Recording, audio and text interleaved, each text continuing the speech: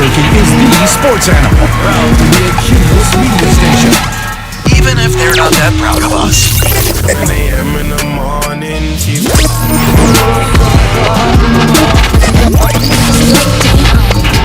Now, it's 7 a.m. Time for the opening drop. Voted the best sports show in New Mexico. OD in the AM with Jeff Symbieta and JJ Buck. They've done it 100 times. 100. That's a lot. Pretty good rivalry.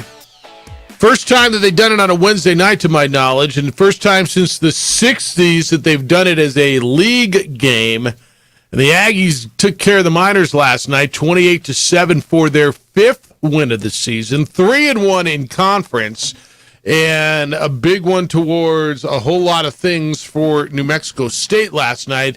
Another good game for Diego Pavia. 15 for 25 through the air, 186 yards, 2 touchdowns, didn't turn it over. Ran the ball for 96 and 2 until he got yelled at by his coach. Why was Jerry Kill ripping him at the end of the game? Good morning to you. Opening drive. Jeff Symbieta, JJ Buck, and DC. How you living? What it do? You all right back there? I'm doing great. You sure? Always. All right, then. Well, always? I mean, there was that one time. There was that one time. You're right. That 41-yard run, though, that was sweet. Oh, man, look, I, whatever you think of the dude, and I understand why you think of the dude, what you might think of the dude, right? I get it. Dude can ball. And the nation loves him. I got a text thread from Dr. Jim last night, JJ. And it was pretty amazing. It says, this is why Wednesday solo games are so good for the Aggies and Conference USA. Diego Pavia is a household name with America's gamblers. And there's this text thread of it just starts out by saying Diego Pavia from some dude who has no idea. And it's just like Wednesday Night Football, love Conference USA. You riding out that FIU NMSU parlay. Who is that guy? Oh, just getting to find out. Like, look at this. It's amazing. Gambling, baby. Well, look, people watch that stuff. People bet on that stuff. They got money on it. Well, okay. I mean, why? College can't embrace it like other things can, but it's a reason why Big Cat's tweeting Diego Pavia. Yeah, there's no doubt. He got yelled at by Jerry Kill at the end. Jerry Kill and the sideline reporter was right there, and she said basically he was with a bunch of expletives in there. Do what you're bleeping told. At the end of the game, they were up 28-7, 3.5 minutes to go-ish, and I guess Diego checked to go deep. And he got and was it 14? Is that who the receiver was?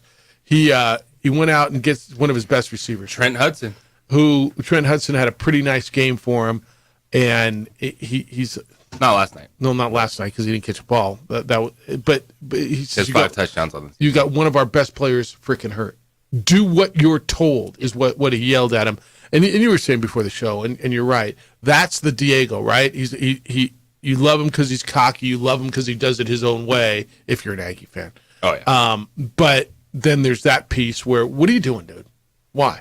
Rivalry game, you just want to stick a spike in him? Spike's already been stuck. Jerry Jones was strong in Diego Pavia last night. Jerry Kill. No, the Jerry Jones was strong in Diego Pavia last night. What do you mean?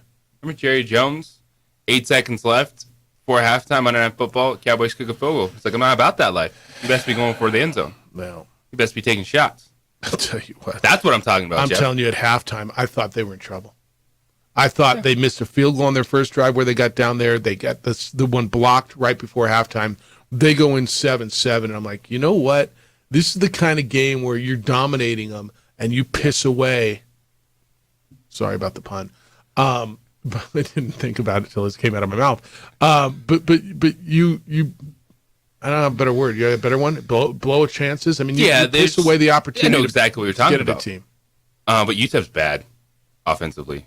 Well, they're on the fourth quarterback. Yeah, that's the reason they're bad offense. Yeah. That you can't throw a football. So credit New Mexico State for taking away the run game, saying you're not going to run the football on us. You're going to have to somehow figure out a way to have a passing game with this quarterback, which they did not have in the second half. And you know at some point those explosive plays are going to happen for that Mexico State team. That's what jumps out every time you watch them. They're physical and they're explosive. And Diego Pavia is now the dude. Yeah. Yeah, the gamblers love him Wednesday night, but Diego Pavia, if he's on your team, you love him. If he's not, you dislike him. He's in that mold.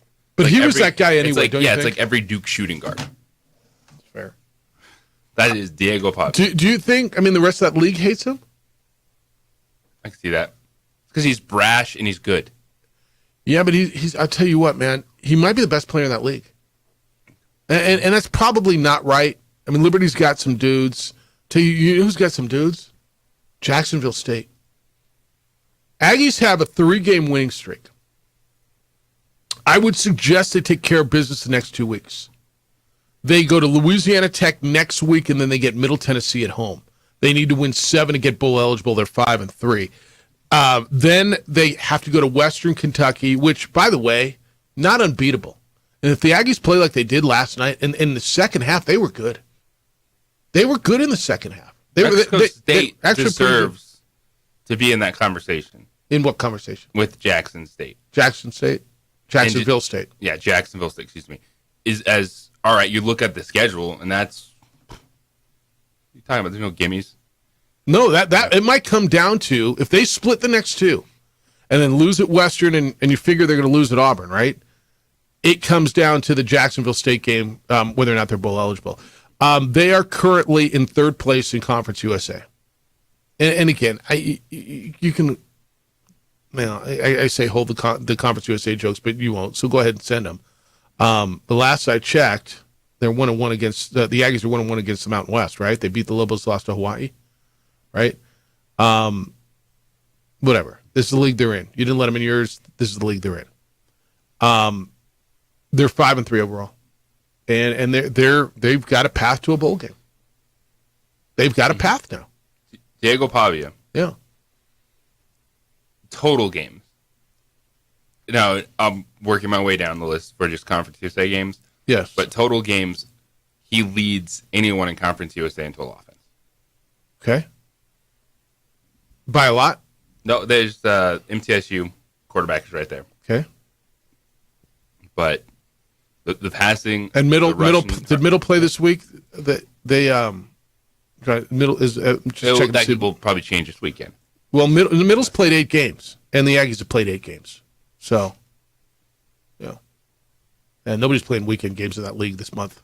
That's all. It's all Wednesday night and Tuesday night and Thursday night lights. Look, all I know is he put him in a position yesterday. Now, Jerry Kill scheduled to be with us tomorrow. Interested in what he said about what he's willing to share, what he said to to Diego Pavia at the end of that game. But the sideline reporter told you pretty much what he said. Do what you're bleeping told, and there were a bunch of bleeps in there. You try to be a hero, and you get one of our best guys hurt, right? But meanwhile, other than that, dude, he was good. He ran the ball 14 times for 96 yards. It's amazing. There was a bit of Kelsey in it to me yesterday.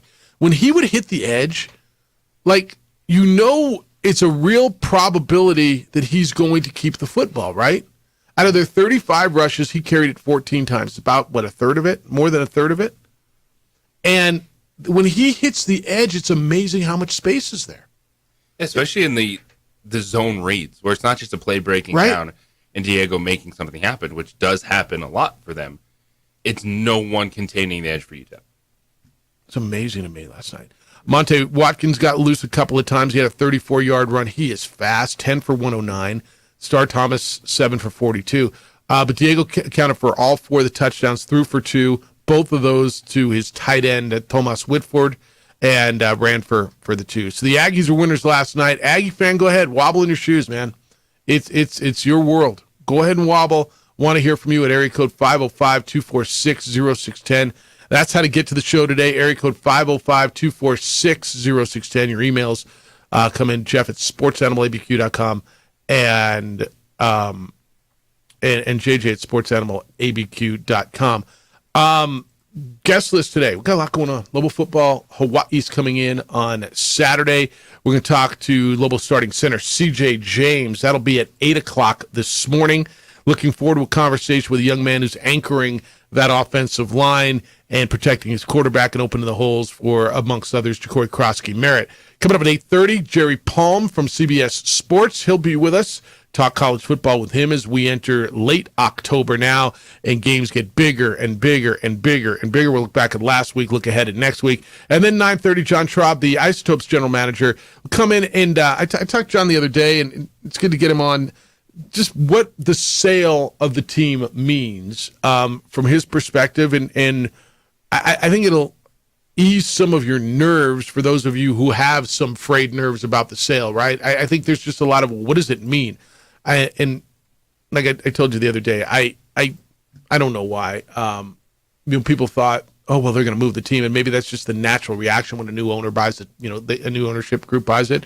But that was put to rest. But we'll talk to John coming up at 9:30 after another really successful season. So we'll do that. Did you flip around last night? Of course. What did you watch? Did you watch? Because I had 3 and 1 play thing going.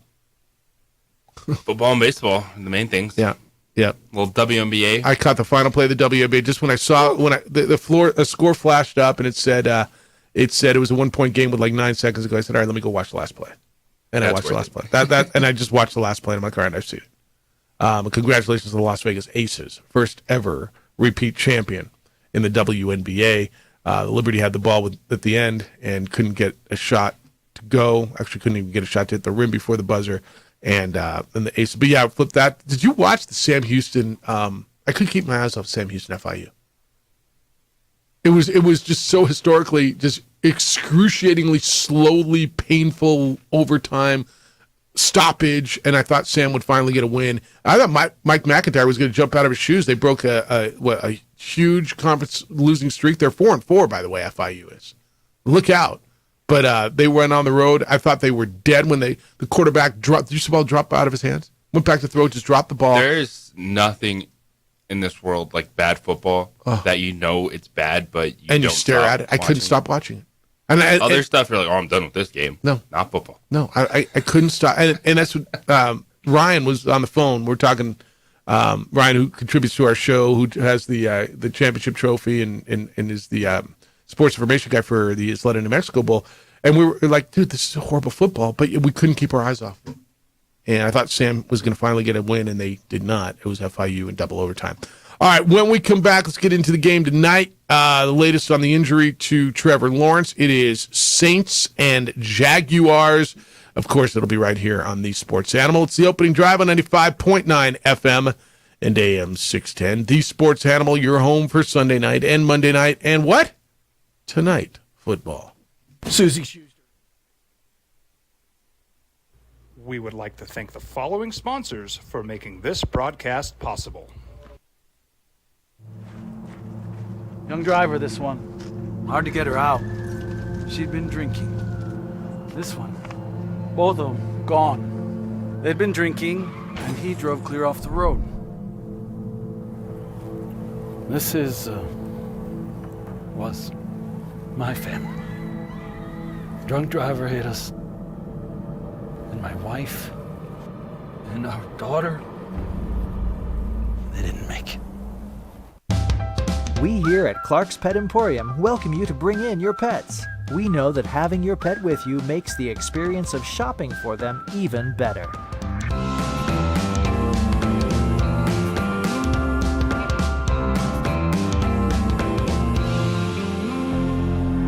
And we welcome you to bring your kids also. Clark's Pet Emporium, your pet's second best friend.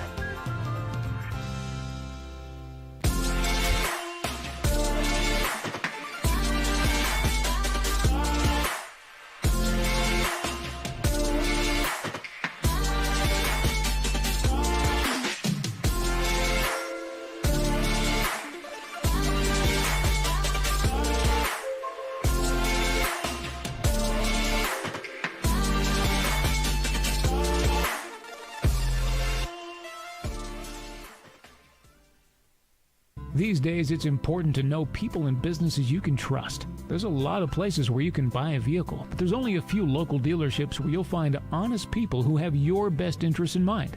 And Fiesta Kia is one of them. We've been helping our neighbors save money and drive dependable cars for years, and we'd love to help you. With new Kias arriving daily, you'll love our selection and the peace of mind you'll get driving a Kia from Fiesta. So stop by and see us today at Fiesta Kia on Lomas, or just start driving now at fiestakia.com.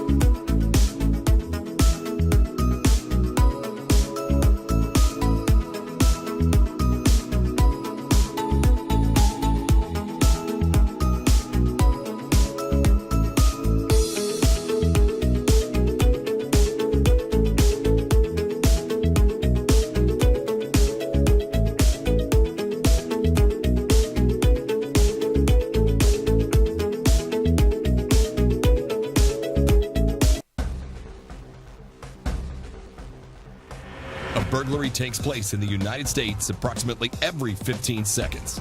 International Protective Service is your answer for commercial and residential security in all of Albuquerque. IPS will work with your monitoring company for fast, reliable response times. You can rest easy knowing you, your family, or your company is watched over by International Protective Service. Call International Protective Service today. Albuquerque's leader in sports is ProView. From pros to prep, all your favorite action.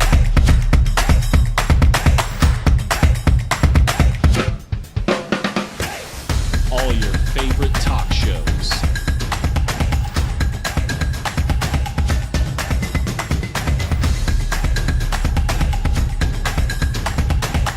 Find it on ProView Networks. We would like to thank the following sponsors for making this broadcast possible. Young driver, this one. Hard to get her out. She'd been drinking. This one. Both of them gone. They'd been drinking, and he drove clear off the road. This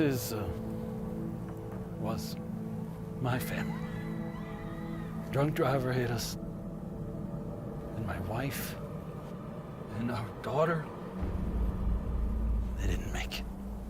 Hi, I'm Steve Stucker here for Dr. Robert Melendez and the Juliet Eye Institute. You may remember me like this, but no more. The glasses are gone. I tossed them months ago because of a brand new procedure from Dr. Melendez known as RLE, Refractive Lens Exchange. The latest technology, the best eyesight I've ever had in my life, and you can check it out by clicking on the link in the description right here.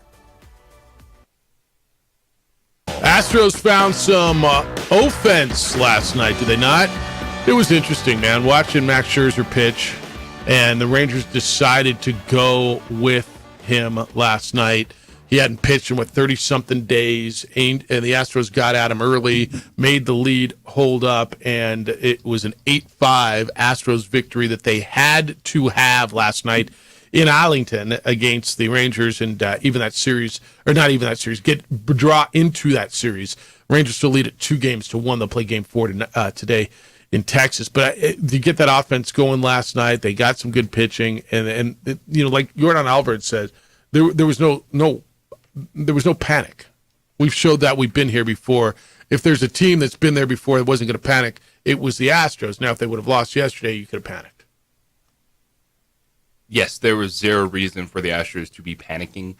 Team that's made 7 straight trips to the ALCS. Even with Max Scherzer on the mound, it's not a Max Scherzer that's informed. The dude hasn't pitched in 36 days. Yep. You know the offense is too good to be quiet that long. And it's the right thing. You go back home.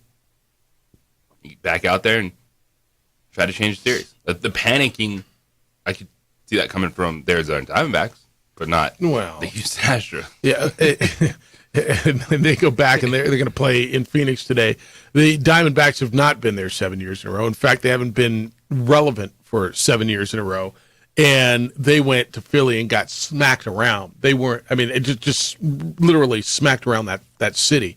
It's going to be interesting to see how they respond today.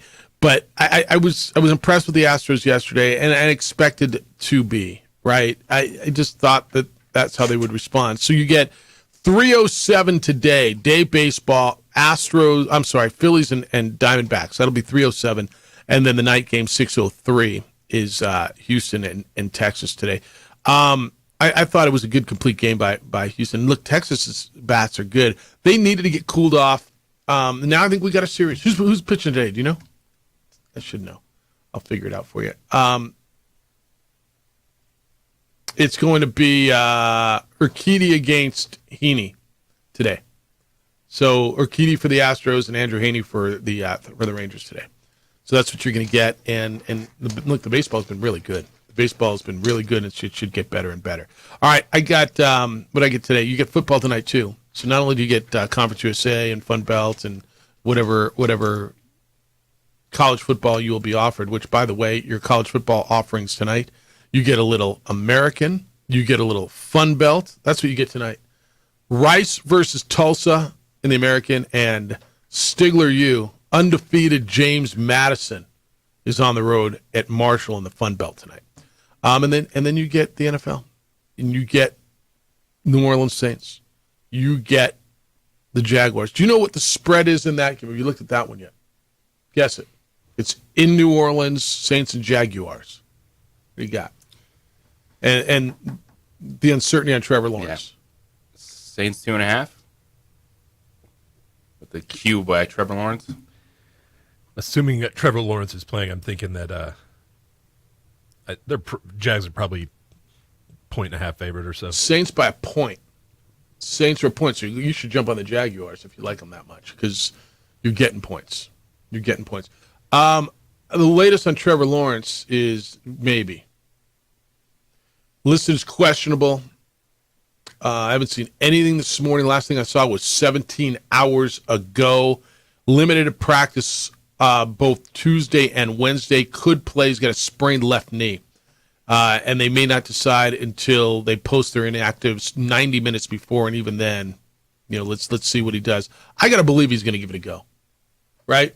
I just listen to him talk this week, having him out there limited in practice, and just listen to what he's been saying. I think he's going to give it a go. Now, does he finish? I don't know. How effective is he? So what do you do with your Jaguars? What do you do with Ingram? With Etienne, with Ridley? What do you do with those guys if it's C.J. Beathard? You're in a position where you're playing your Jaguars this week. There's 6 teams on bye. There's not a lot. If you have a better option on your roster, then you'd probably already be playing that better option. So I got a theory sometimes on stud receivers, okay? And more so, like, and I'm going to put Calvin Ridley in the stud range, so more so than like a DJ Moore, but like that top 2 shelf receiver. That when the number 1 quarterback goes out, if the number 2 quarterback's okay, right? If your backup quarterback's okay, and that's basically where they all are, right? They tend to rely on the stud receivers. They tend to focus in on the Calvin Ridleys. They tend to focus in on the Devontae Adams. You know what I'm saying? I don't know if Calvin Ridley's that dude though. Yeah, I think he is, but I understand the argument against it. He's been a roller coaster ride. He has been a roller coaster ride this year. Yeah. I got more confident in Etienne and Evan Ingram. Okay, but I'm not putting Christian Kirk or Calvin Ridley on my bench because those guys can be too explosive. It's hard to sit Ridley for like a Deporta or a Jigba Smith. Yeah.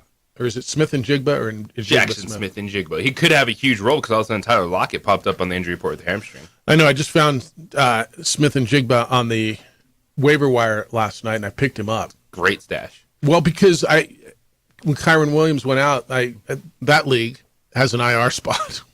So I was like, oh, look, here's and your guy Jaleel McLaughlin was there too. So I got rid of P. Ryan.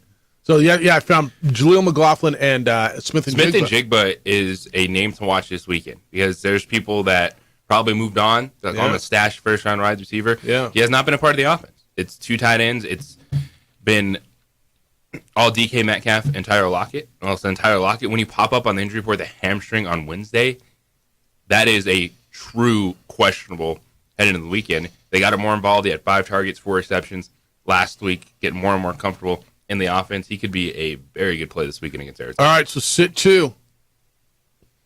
Ridley, Nakua, Christian Watson, Laporta, and Smith and Jigba.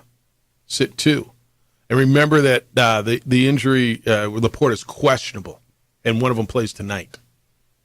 Probably Smith and Jigba and Laporta. That's what I got right now. I'm playing Ridley and Watson right now. Yeah.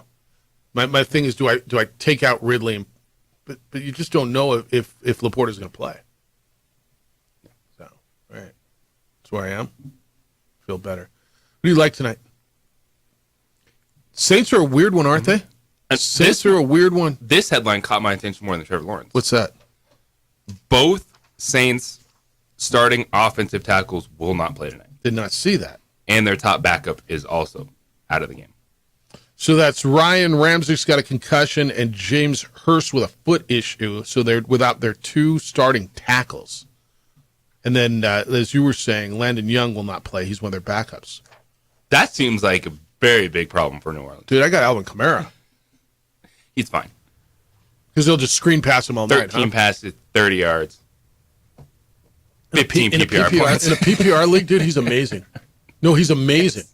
Those little dump passes to Kamara, it's fantastic. Get a full point for those is nice. Yes. But, man, losing those tackles, the Saints offense has been so weird this year. Losing both your tackles that's well, major. the Saints don't score any points anyway, right? I look at them. They had the one game in New England.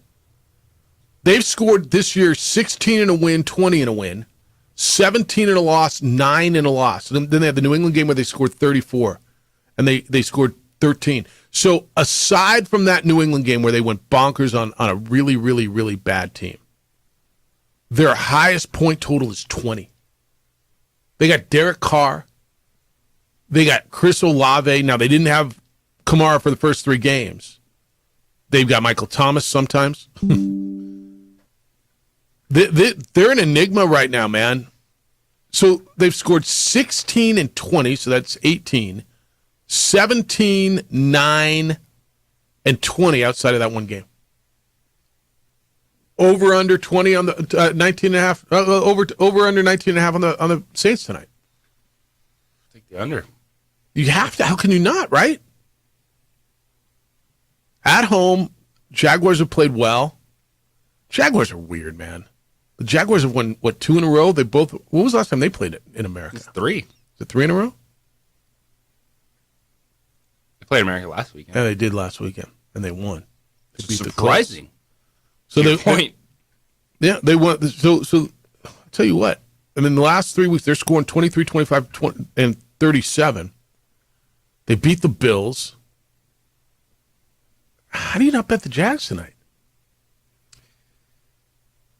No, honestly, I mean, their quarterback may be out, right? So that's the issue.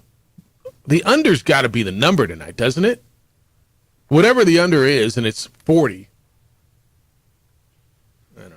What the hell do I know? Go the other way. Don't lose money on me. If I tell you to do something, go do the other thing. Because I'm really, really not good at this. All right, C.J. James is going to be with us. He's the Lobos starting center football. Hawaii's coming in this week. We're going to talk to him. That's coming up at 8 o'clock. Looking forward to that conversation and how big of a game this is for them. Obviously, it's huge, but why they think they can turn it around. And I'm excited to hear from the players on the frustration coming out of last week. And you want to hear frustration. I mean, after a second half like that, you want them to be upset and why they think they are going to turn this thing around. All right, so we'll do that coming up at 8 o'clock this morning. When we come back, Sean Payton says he's not ready to throw in the towel. Why? Do you buy it?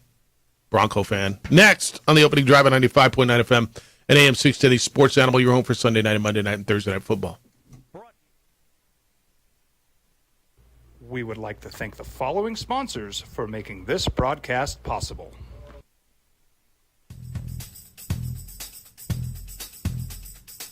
International Protective Services is a proud supporter of ProView Sports and New Mexico Youth Athletics. IPS provides residential and commercial security services in the Albuquerque metro area. For more info, please call 505-897-2420 or visit internationalprotectiveservice.com. Young driver, this one. Hard to get her out. She'd been drinking. This one. Both of them gone. They'd been drinking, and he drove clear off the road. This was my family. Drunk driver hit us. And my wife and our daughter, they didn't make it. Rosendo Najar here, president of Carpenters Local 1319. Juan Junior Gonzalez, warden of Local 1319. Some people have a misconception about what a carpenter does. The carpentry trade entails more than just woodworking or building houses. We are responsible for 85% of a construction job site. Everything from the superintendent on down. We have a great apprenticeship program. Information can be found on our website.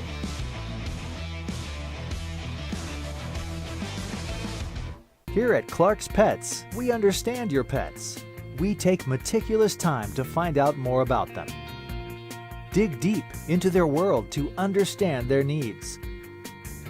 We do research for knowledge of each pet, so you can trust Clark's Pets to provide you the best products and service for your pets, because we work hard to understand all of their needs. Clark's Pet Emporium, your pet's second best friend. Hi, my name is Daniel Chavez, and this is my business partner, David Chavez. We are the owners of Indeed Safety. Indeed Safety is a local safety consulting company helping our clients with their safety needs for their projects. One of the things we pride ourselves as a construction safety company is helping our men and women in construction get home safe every day to their families. Indeed Safety is a proud supporter of ProView Network.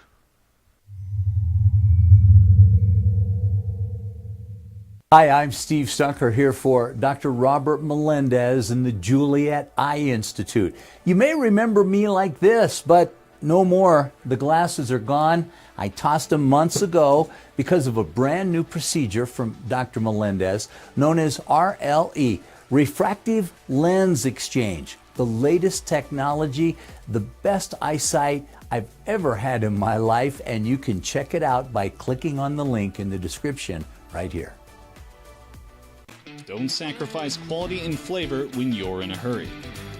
Golden Pride offers ribs, fried chicken, red and green chili breakfast burritos, and frontier sweet rolls. 4 great locations, or visit us online at goldenprideabq.com. Golden Pride Barbecue Chicken and Ribs are proud supporters of ProView Sports.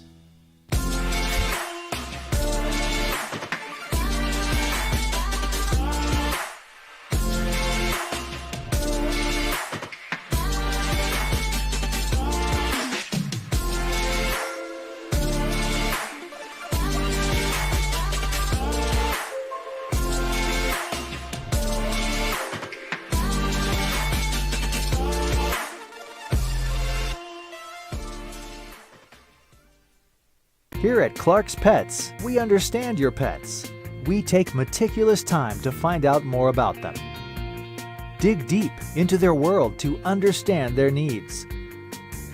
We do research for knowledge of each pet, so you can trust Clark's Pets to provide you the best products and service for your pets, because we work hard to understand all of their needs. Clark's Pet Emporium, your pet's second best friend. These are more than just the sounds of a safe place to go after school. These are the sounds of interest being ignited and of mentors making an impact. At Boys and Girls Clubs, we don't do just one thing. We do whatever it takes to meet the needs of every kid who comes through those doors. Because whatever it takes is what it takes to build great futures. Great futures start here.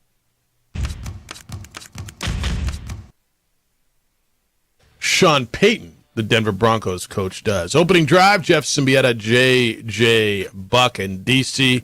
You can get in today, 505-246-0610. Aggie fan, how you feeling after your victory yesterday? Lobo fan, I'll tell you how Lobo fan feels about your victory. This is in capital letters.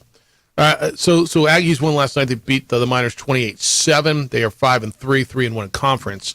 The text line says in capital letters, a strict, staunch diet of cupcakes has its rewards! !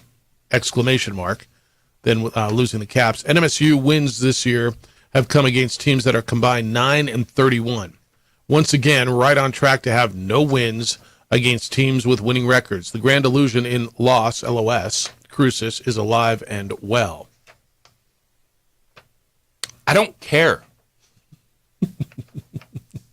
Who is anyone in this state to look down on Division I football wins? Do you know in the last 7 seasons, the Lobos have one win over a team with a winning record? I wouldn't know who that is. Who is it? It beat Wyoming, and Wyoming finished the year 7-6. Okay. Yeah, I do remember that year. I remember like that year. This pillow fight wannabe rivalry talk with football. The Lobos need to be doing what New Mexico State is doing, which is just finding ways to win games. Strength of schedule doesn't matter because we're not talking about NCAA tournament resumes or getting selected to the college football playoff. I just want to see some wins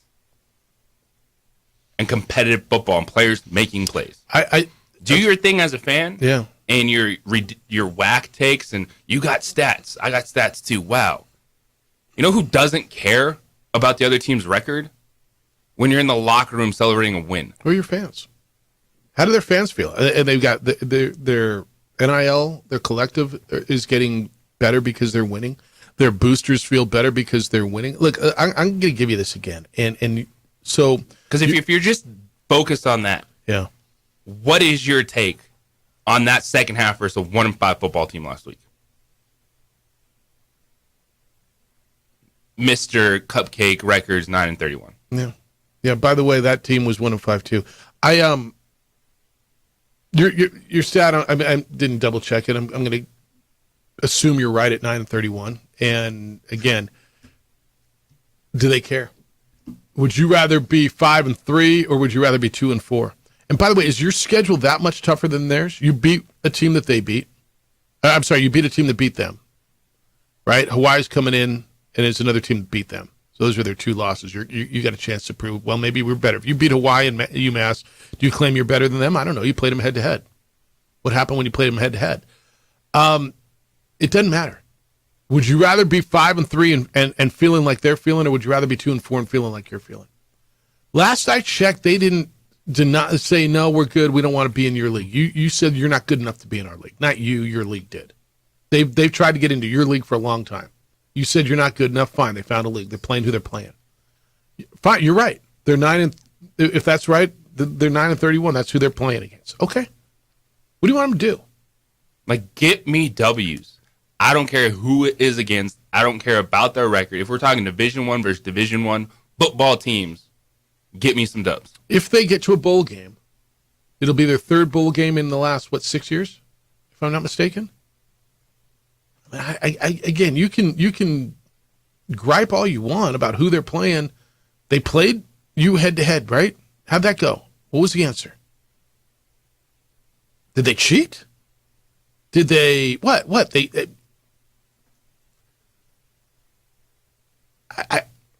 I know it hates to see something you hate succeed.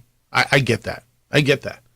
And as staunch diet... Not talking about the Aggies going to the college football playoff, being in the top 25, but they're taking steps towards being in the conversation to win a conference. They're winning games on national TV. They're 3-1 in their league. Yeah. Well, their league stinks, Jeff. Oh, okay. All right. Dubs. What did Herm Edwards tell me? They play to win the game. If that's your take, I mean, that's your take, and that's fine. And if it's factual that their teams that they beat are combined 9-31, okay, all right. What do you want them to do, dude? Do you want them to play 3 Power 5s like they did last year? Want to go to Wisconsin and Florida and Auburn? They're going to go to Auburn next month. They'll get theirs. Be interesting to see how they play against Auburn, right? They're not going to beat Auburn. Then they still have to play the 2 of the 3 better teams in their league. But I don't know, man. If they go to a bowl game, you think they're going to apologize about who they beat? Would you? Strength of schedule is so far down the list of things I care about in football right now with the amount of games we've watched over the last 7 seasons. I just want to see, is your number bigger than your opponent's on the scoreboard at the end of the game? Yeah, he followed it up. Yup, it's the Dixie State Syndrome, pigskin edition. Okay. Again. Now, somebody else responded, Aggies, baby. Pavia tearing it up, 1 game away from bowl eligibility. Actually, you're 2. I know the guy, John Schifrin on ESPN last night, said they have to win 1 more. They need to win 2. They have to get 7 because they're playing 13 games. So 7 is bowl eligible for the Aggies this year. Keep that in mind. But the response is, Aggies, baby. Pavia tearing it up, 1 game away from bowl eligibility. Lobo fans are jealous haters. Pavia was one of several quarterbacks last week. I don't know if that's an incomplete statement. This weekend, yeah, I don't care if Hawaii's 2-5. The Lobos are 1 point better than them. That is a step in the direction you want to 100%. take. That's what matters. Yeah. Get the dub. Lobo Hobo says, reply to caller on NMSU schedule. Tennessee Tech, no FBS wins. UMass, 1 FBS win. Hawaii, 1 FBS win. Nevada's winless. Lobo Hobo. He's basically giving you your schedule too. I had the last 7 years in front of me of the Lobos win. So Bruce asked an interesting question. He asked on Diego Pivia. Is he playing in his final games in a Jason and Jerome uniform, Jeffy? Is he at a P, spelled P-E-E, 5 school next year? He'll have 1 year of eligibility left, I believe, or 2. What years did he play it? I'll look. I'll check on that. Does he go to a Power 5 school? my first inclination is no. Why? Because he loves New Mexico so much? Why? No.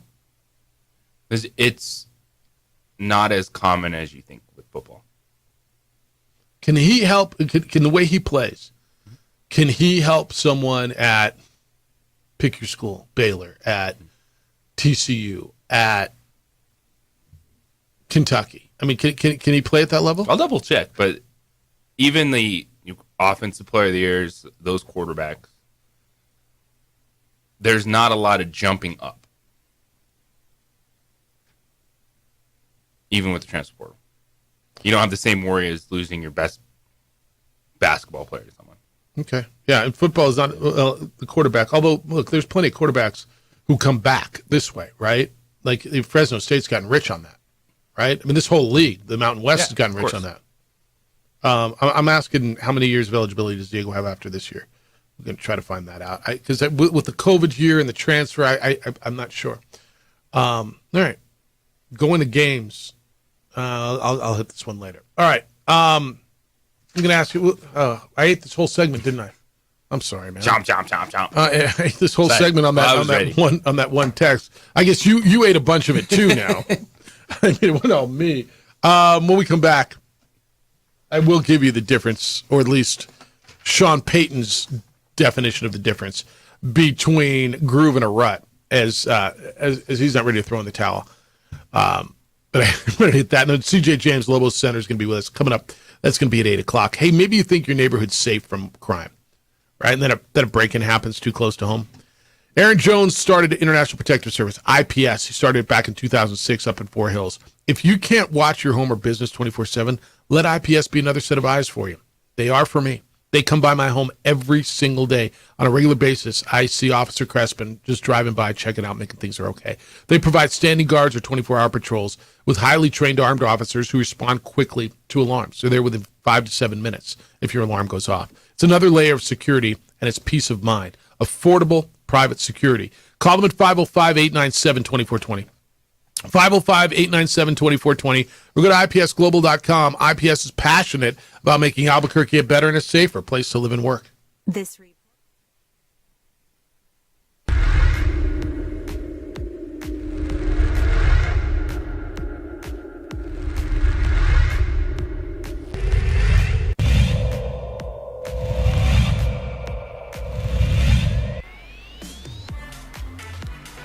Olivas going to the corner of the end zone. Nice grab there by Josh Jackson, and that's going to be a touchdown, El Dorado.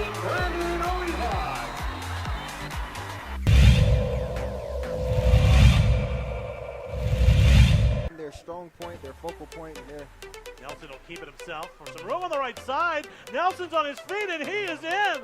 It's a touchdown for Noah Nelson.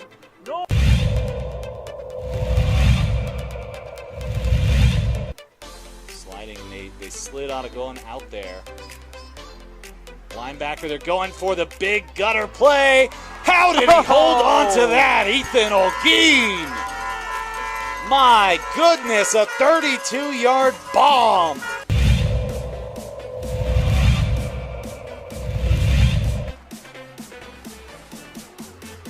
He's going to launch this one long, and it's a little bit short, but what a pull down. Fabian Trujillo, unbelievable, this man.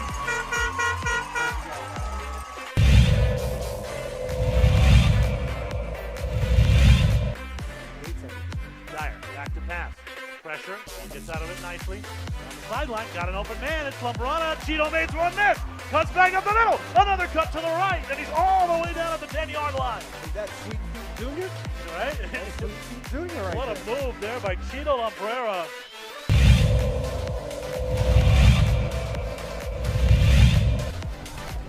Second and 1, give it to Gallus. Once again, he evades one tackle, evades two. Breaking into the open, there's a block, bye-bye. And he breaks the last tackle to get through. Jack Gallus with the touchdown.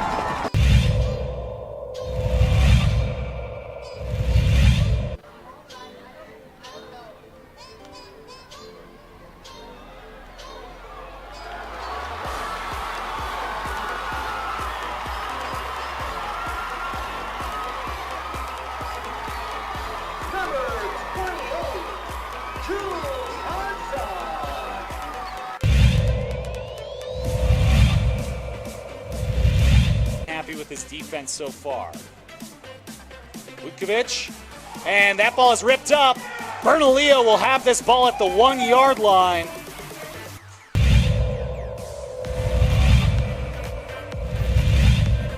That's the extra yards for Cheeto.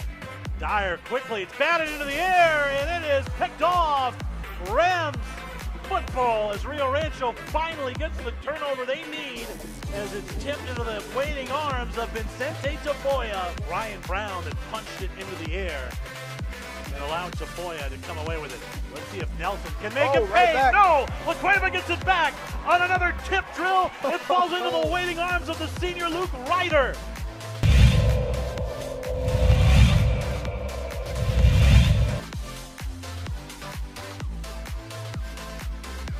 Kick is up. It will bounce into the arms of Daniel Garcia, and Garcia explodes through the middle. He dodges Castro, and Garcia will run that one back from about the 17-yard line. Call that one an 83-yard touchdown rush.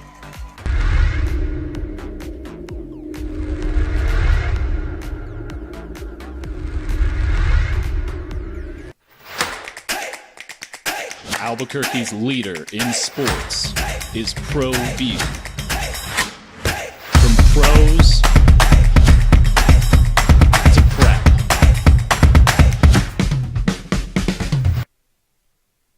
So, Bronco fan, your team's not good. Is that fair? Well, all right, so am I stating the obvious? All right. Their coach, Sean Payton, was asked by reporters on Wednesday what the message he is sending to Bronco fans. And he said he's not ready to throw in the towel. Quote, there's a fine line between a groove and a rut. You take a look, and I'll give you an example. Detroit, a year ago, I watched it as a media member covering a handful of tough losses. They were 1-6. I know Dan Campbell. And you keep fighting. There's a grit element involved, some mental toughness that's involved. Pretty soon, here they are at the end of the season. They were eliminated before they played their final game, but they were in contention. Here they are now, one of those teams. We're kind of in that position. We're bowing up, and we have to, end quote. So the Broncos are this year's Lions. You buying it? I am not buying what he is selling. So a year from now, dude, Russell Wilson is going to be Jared Goff in the MVP contention, right? You're not buying that? That's a bit of a stretch. It's quite a stretch, dude. The Lions are winning really close games, not getting beat 70-20. Now, you want to tell me they played well at Kansas City last week and lost 19-8 or whatever it was, 18-9? Yeah, I'll give you that. They played well last week. But that was an anomaly. All right, 505-246-0610. Man, I've been wondering where the hell Jerome was, right? With all this going on, where's Jerome been? There's Jerome been. Where you at? What's up? Oh, wait, I got to hit the button. Gentlemen, what's up? Everything is going good. You know, you sweep your rivals. That doesn't happen very often. You know how tough on that the is. road, Jerome. But You beat them both. Yeah, you beat them both on the road. The Aggies and the Miners and the Lobos. Yeah, last night's performance, man, that was top notch. You know, they were in control the whole way. It was fun to watch, and you know, hopefully, like our coach says, like Mr. Kill says, we just keep getting better and better and better. And you know what? I always tell my players, bloom where you're planted. Well, we're planted in Conference USA, so let's bloom there, and then let's see where the road takes us. But right now, let's just do what we do and keep getting wins, and hopefully we get bowl eligible pretty soon and off to another bowl game. What did you say, Jeff? 3 in 6 years, something like that. So that's a pretty thing to see. Hey, let me ask you this, Jerome, and I've known you've called our show for a lot of years. You're an Aggie fan. You're an Aggie. How do you feel? You're 5-3. You're 3-1. How do you feel about winning football games? Or as the emailer said, well, yeah, but the teams you played are 9-31 or whatever it is. Does that bring you down at all from having a 5-3 and 3-1 record? Not at all. I mean, you just like you said, guys. You said JJ and you both said you got to play who's in front of you. Right. You don't make the schedule. You got to play who's in front of you. And if you beat them, then you're doing what you need to do. Good to hear you, my friend. So that's all I'm looking forward to. All right, enjoy it. Yeah, enjoy the ride, man. It's been a lot of down years. Enjoy the fun stuff. Yeah, I appreciate the coverage you guys do. Also, thank you very much. All right, thanks, Jerome. Look, that's Aggie fan going, I don't care who we're beating, man. Those are all schools, by the way, and let me give you a little perspective on this. Because, again, I'll go back to that texter. And if the facts are right, the facts are right, okay? Those were all teams that were beating you over the last bunch of years, right? So instead of being 2-6 against those teams, you're 5-3. Right? New Mexico was beating you. UTEP was beating you. FIU beat you last year, right? I don't know, man. I'm not sure. I've heard about a bad win. What is a bad win? What does that even mean? When it comes to football, if you want to talk about strength opponents, have that conversation in a moment, okay. But there's no resume. I'm not worried about my net ranking. I'm not worried about, do I have enough true road wins? Are we going to be in the bubble conversation? That doesn't exist for football. Like, just get me wins. I want some dubs. I want to watch a victory this weekend. All I want. I don't care what it looks like, how you get it. On the eligibility thing, so I got to believe Diego's got 1 year left. This is his fourth year. He played a freshman year and a sophomore year at Nimi.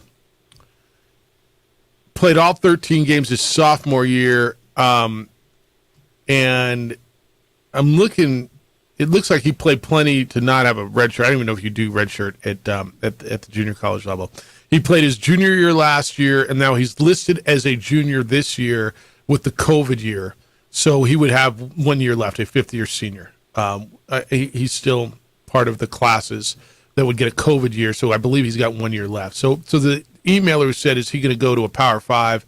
I mean, I don't know. I'm going to guess there's going to be some calls, right? I'm going to guess there's plenty of coaches who are watching on Tuesday and on Wednesday nights and going, who's that dude I watch every week? The worry is it doesn't even have to be a Power 5. That's fair.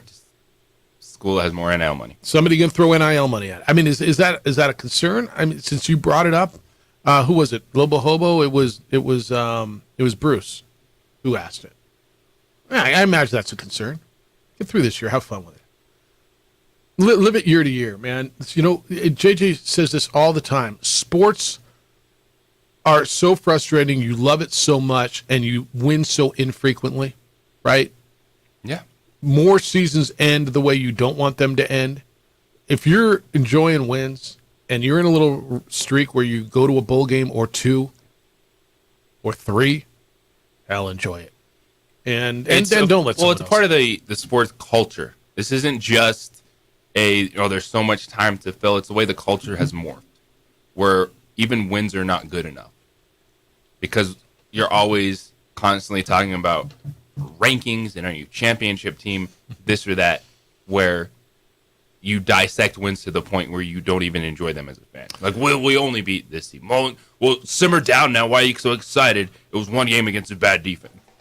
It's okay to enjoy moments a little bit more than you do. Dude, I go back to DC. You weren't here. The Craig Neal team, the Lobo basketball team, went on the road at Fresno State. It's a weeknight win, late night. We came back in. We thought, wow, it was a good win. They went on the road, and the phones lit up that they didn't win. Would they win by 5 points that night? 3 points? Wasn't enough, Jeff. They didn't win by enough, and people were pissed. I'm like, whoa. You got a road league win, and people were losing their bananas on that. All right, we'll talk global football next. Looking forward to having a conversation with C.J. James, Lobo starting center.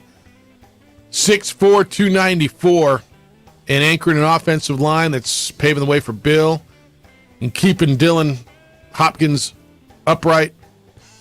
Why does he think they turned this thing around, and how has that room responded after that second half on Saturday?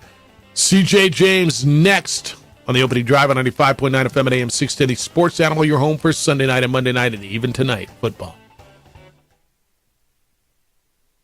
We would like to thank the following sponsors for making this broadcast possible.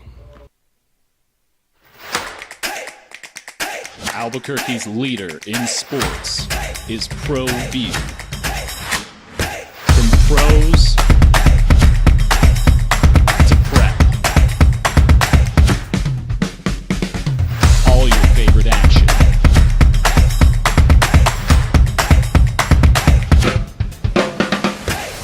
All your favorite talk shows.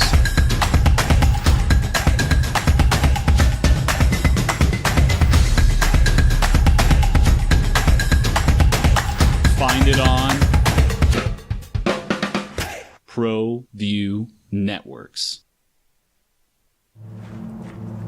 Young driver, this one. Hard to get her out. She'd been drinking. This one.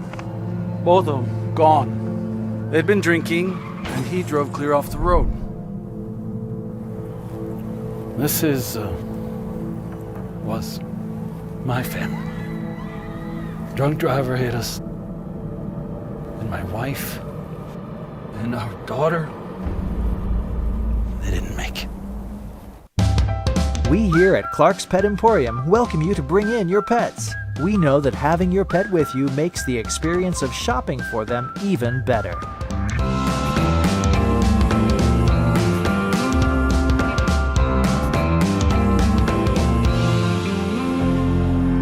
And we welcome you to bring your kids also. Clark's Pet Emporium, your pet's second best friend.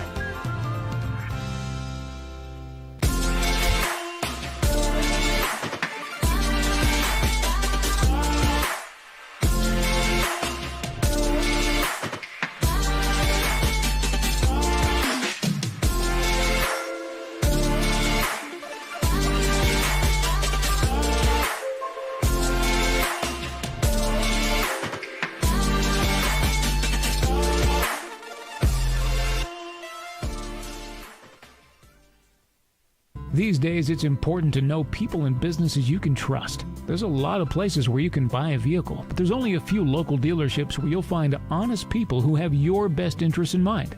And Fiesta Kia is one of them. We've been helping our neighbors save money and drive dependable cars for years, and we'd love to help you. With new Kias arriving daily, you'll love our selection and the peace of mind you'll get driving a Kia from Fiesta. So stop by and see us today at Fiesta Kia on Lomas, or just start driving now at fiestakia.com.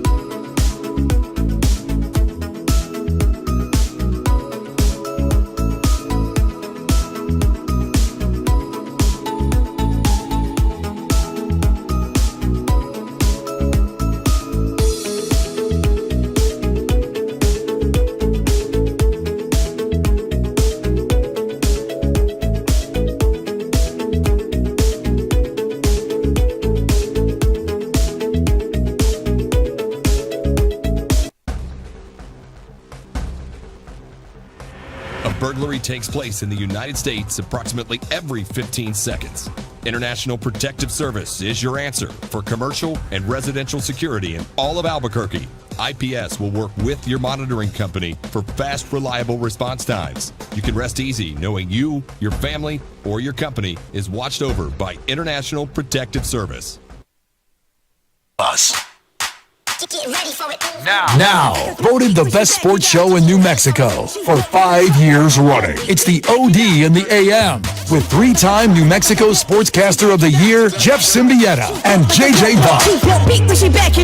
Lobos back at it. It is homecoming on Saturday at University Stadium, Hawaii. The Rainbow Warriors will come in. 4 o'clock is kick time. Actually, I think it's 4:02. But get there early. Be there by 4. And I'm kidding. Get there early. Have fun out there. It's actually a pretty fun atmosphere in the tailgate lots. And then Lobo football, 4 o'clock against Hawaii. It's the opening drive. Jeff Symbieta, J.J. Buck. We'll get back to your phone calls in a little bit. It's our pleasure, though, to welcome to the show the man who is anchoring that offensive line, clearing the holes for a running game, protecting Dylan Hopkins, the quarterback.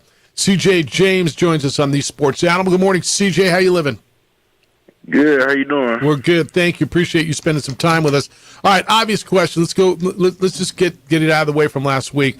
Horrible second half. How do you feel your club has responded in the last few days, getting ready, bouncing back from what was the second half against San Jose State last week? I think this week in practice, we just tried to eliminate a lot of mistakes that we made in the second half. A lot of that came from penalties, false start, holding, and we just looked this week to clean it up so we can come play a good game this Saturday. Yeah, as the guy in the middle of that line, right? The ball's in your hand, and a lot of false start penalties. Coach says it's lack of focus. From your perspective, why so many? What's going on? We as an offensive line, we ready to come off the ball, ready to come hit somebody. So any little thing could really set us off, a little twitch, maybe the linebacker jumps, D-line jump a little bit. So it's really just us locking into the quarterback's cadence that'll allow us to keep going, allow us to clean up these penalties. As offensive line, I know you guys take pride in when you're running backs, your quarterbacks do well. How special is Ja'Cory Krosky, Merrick? Bill's been explosive. You got a guy like that behind you. How much fun is it to block for a guy like that? Man, that guy is just different, man. We love that dude. We love every time we run the ball, we want to open up some holes so we can see this man have the best success he can. And it make us happy when he's scoring and he comes celebrate with the big guys. So it's nothing to come do it over and over again. C.J. James, Lobo Center, is with us on the Sports Animal. C.J., you've already had quite the journey with your college career, starting at Abilene Christian, bouncing back to Pennsylvania, then coming to the University of New Mexico. What was it like this season to be able to go play that game at UMass, close to your, of course, hometown in Springfield, Mass, and get a win while you were back there with the Lobos? It was the first time I got to play in Massachusetts just coming out of high school, so it really hit different to see all my family at the game cheering me on. I haven't been home in a pretty long time, so just seeing my folks, my mom, my dad, my little siblings, and especially to win in front of them, it was just a different feeling. It was better than anything I could have accomplished in my career so far. And you look at your journey, you played at Abilene Christian. What was that like for you when you were coming out of high school? You're looking for your next opportunity. How did that year at Abilene Christian really set you up that when you took that step to UNM, you were ready to go on a Division I offensive line? I went to Abilene Christian coming out of JUCO, so, that was my first really taste of college football. And, honestly, football is really just football no matter what the level is. So I really just came in with the mindset that I was just going to try to dominate people, and I ended up doing it. So when I came to UNM, I came with the same mindset that I went to Abilene Christian with, and things just ended up working out for me. C.J. James, the Lobo Center, is with us on the Sports Animal. Hawaii comes in this week.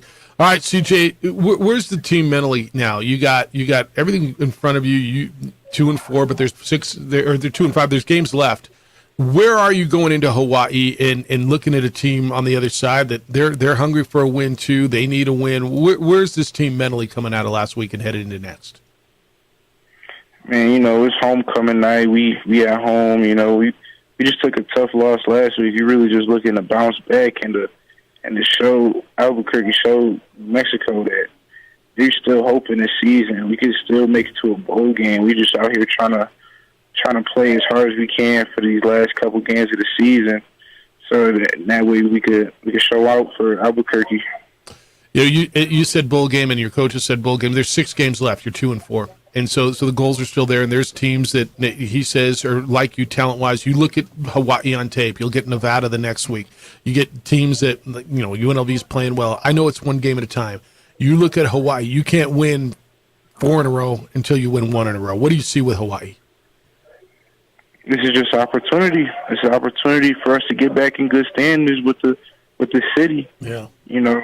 It's interesting. They have a similar team that we do, so we just trying to limit mistakes and come out here, and Coach say it all the time, the team that played the hardest, the longest, going to win.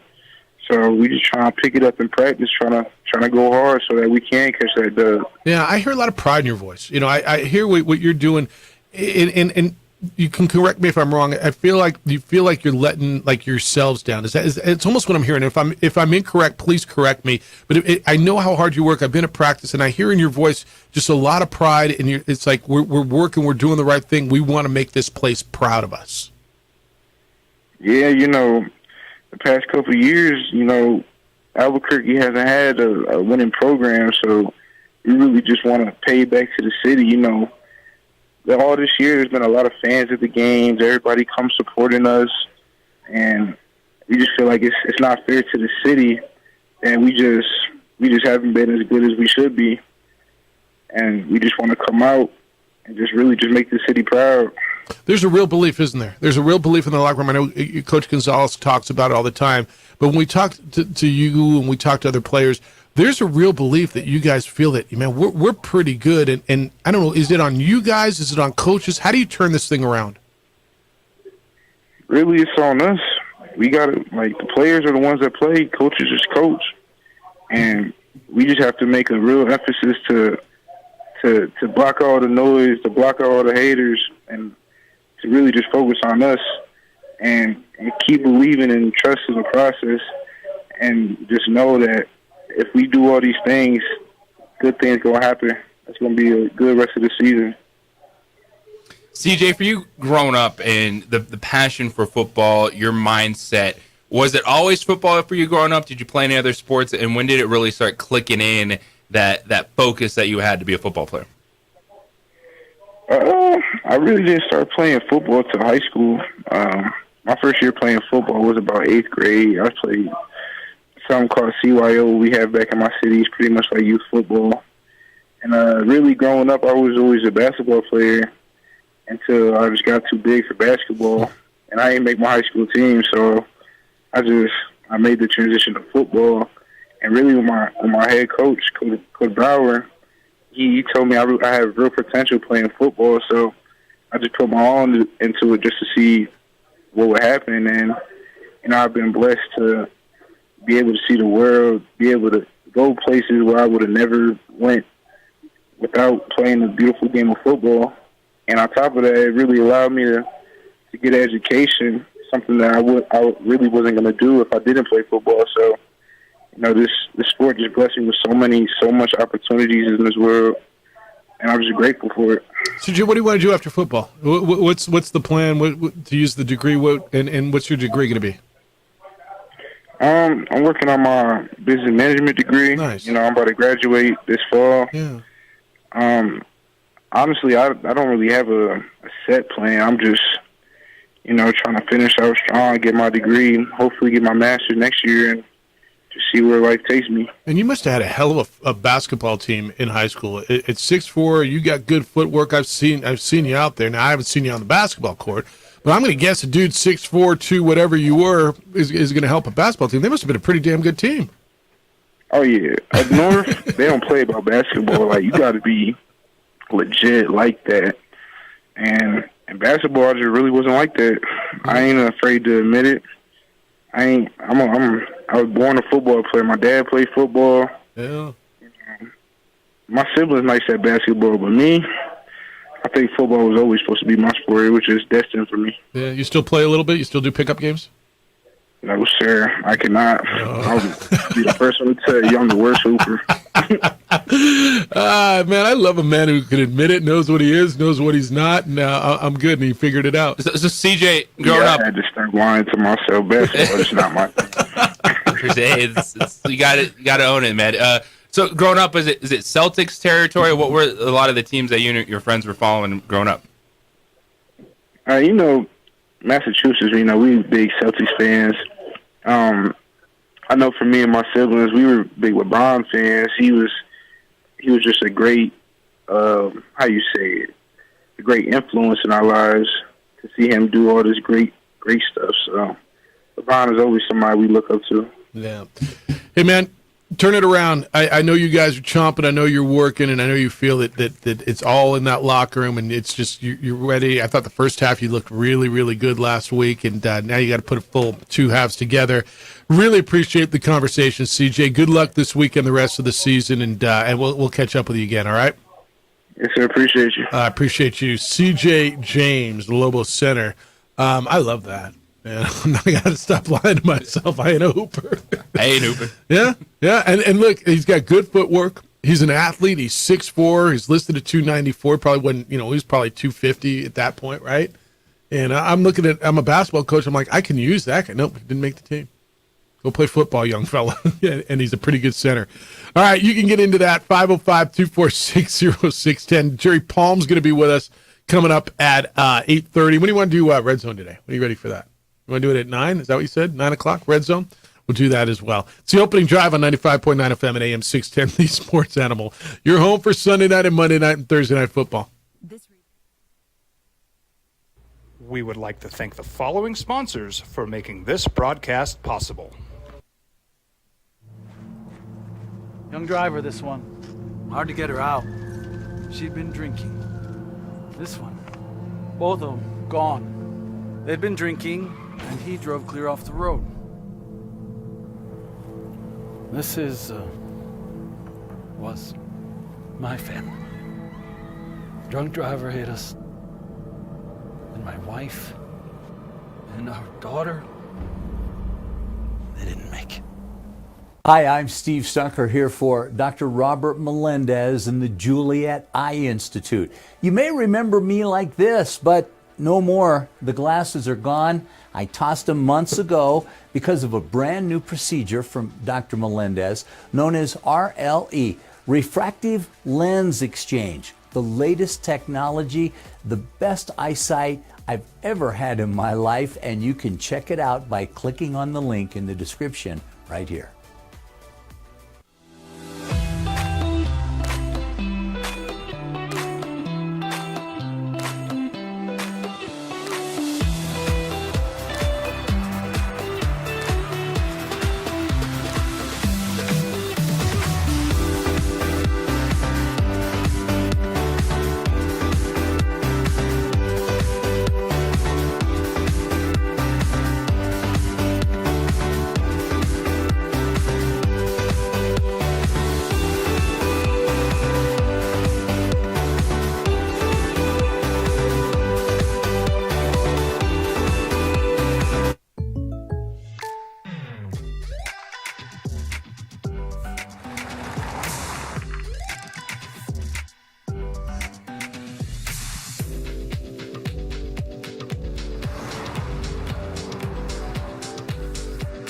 Your surprisingly great rates? Contact your local State Farm agent today.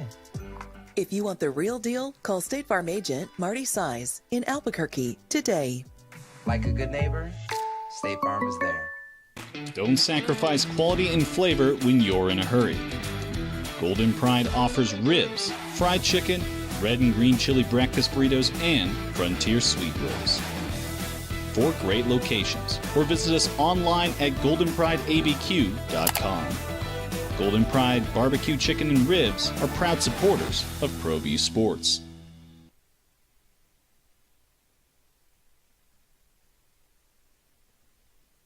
We would like to thank the following sponsors for making this broadcast possible.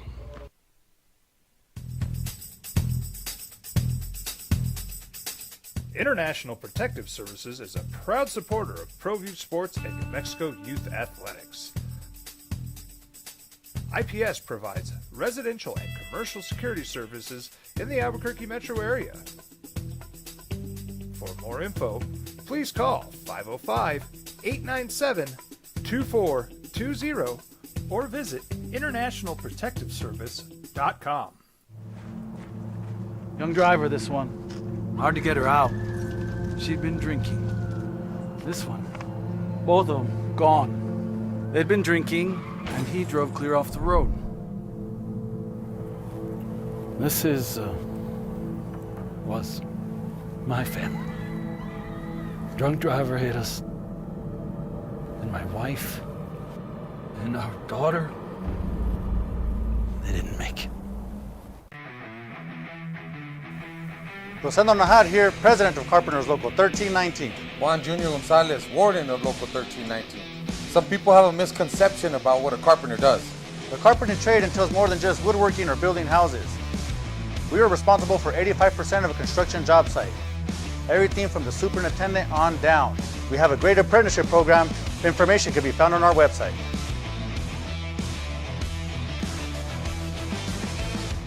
Here at Clark's Pets, we understand your pets. We take meticulous time to find out more about them. Dig deep into their world to understand their needs.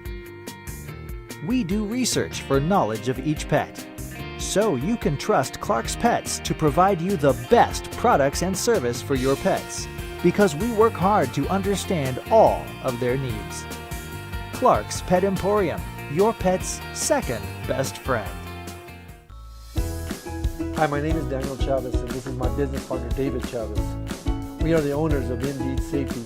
It's a question with CJ James. The Lobo Center was just with us.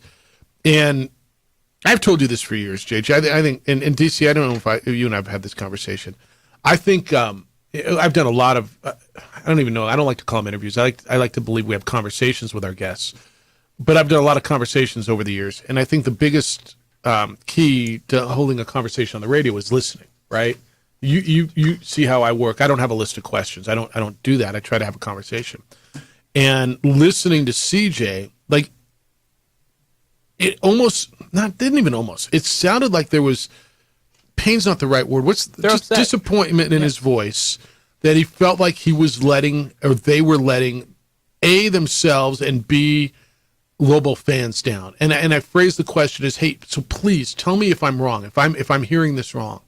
But it sounds to me like you feel like you guys are letting people down. And he said, yeah, Albuquerque deserves a winner. And it's been, and I know they believe in themselves. You've been around the team. You've been to practice. I've been around the team less than you, but I know they believe that they're pretty good.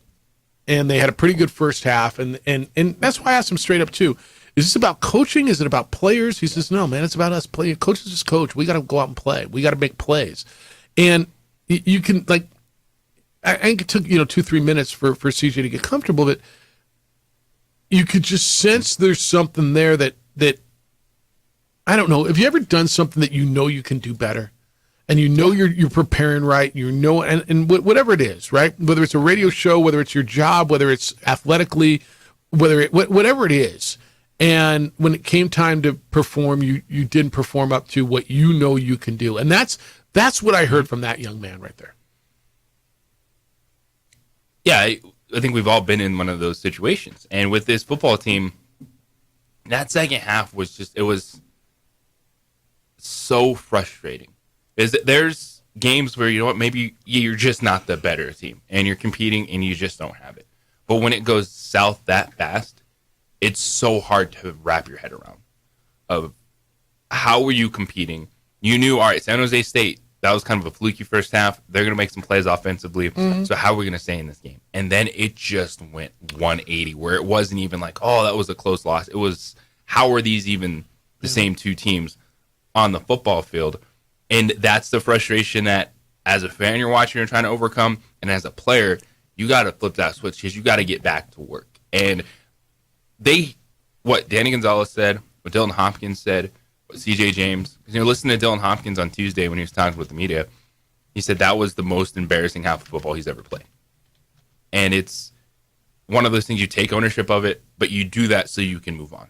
And you try to take that next step forward against Hawaii. Is a lot of times you hear, we're just going to burn the tape and move on.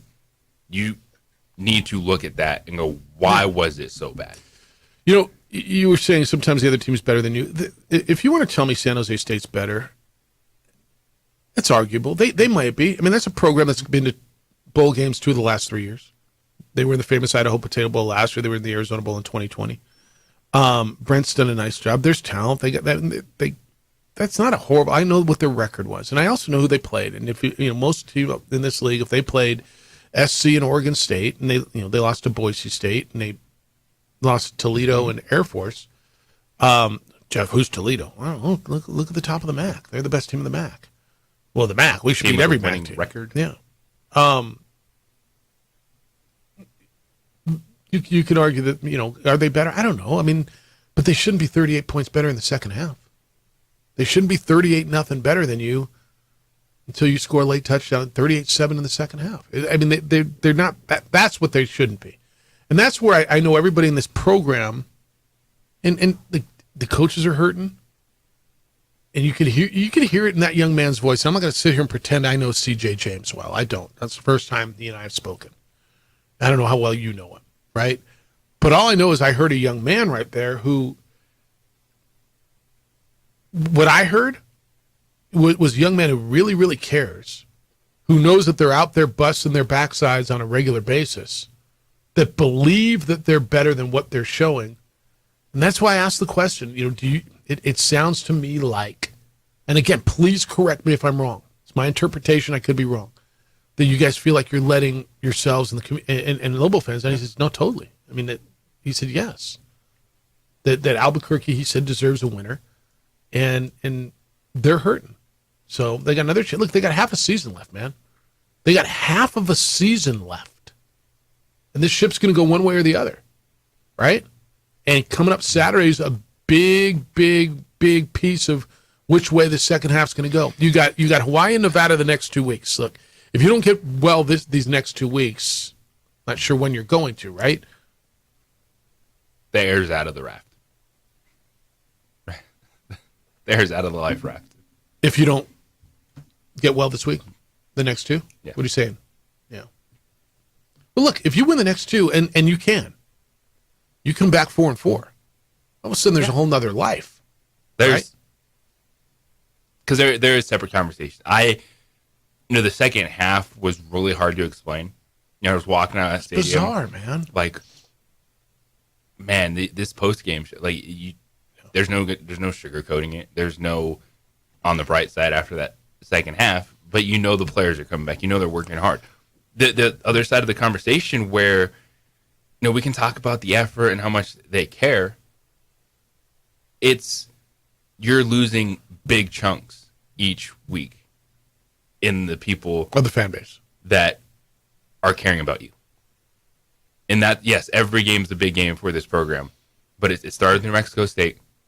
And you have a second half like that. That's the reality. The teams are working. They're trying. I've seen it. They're trying. No, I know that.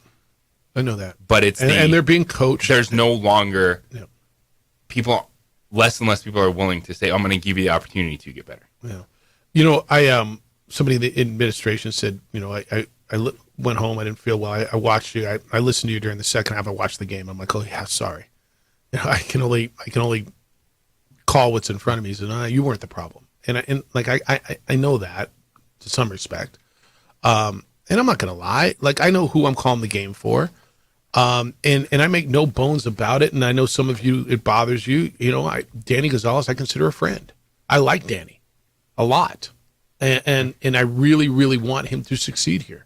And I've said this before, and I know this really bothers some of you. I think he's done everything right but win. Right? But that's the most important thing. What has he done right, Jeff? Look, he loves his place. He's been in the community. He's recruited the right kind of student. You've had almost no off-the-field problems, have you? Right? Their grades are good. You've got good quality young men representing this university. They're just not winning, right? And that's And I'll say, I know I'm going to get another text, another email telling me I'm an idiot on that. And that's fine. I don't even care. And yeah, am I tainted by, Danny's a friend? Yeah. I want them to win. Because I do. It's the kind of guy do you like working with him? Is that the kind of guy you like working with? The kind of guy you want representing your university? But yes. But they got to win. But everyone gets it. Everyone understands that this is still the business of college athletics. Yeah. All right, college football, big weekend, another one, man. Late October. Jerry Palm is next. He of CBS Sports. Take a look back at some of the big ones from last week. What do we got coming up this week? Penn State, Ohio State. I got one of my coworkers who I rely on so much. She is going to the game this week in Columbus. It's the opening drive. Jerry Palm's next on 95.9 FM and AM 610. The Sports Animal, your home for Sunday night and Monday night and Thursday night football. Albuquerque's leader in sports is ProView. From pros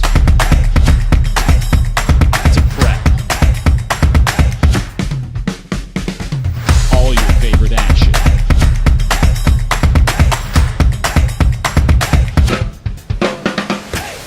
All your favorite talk shows.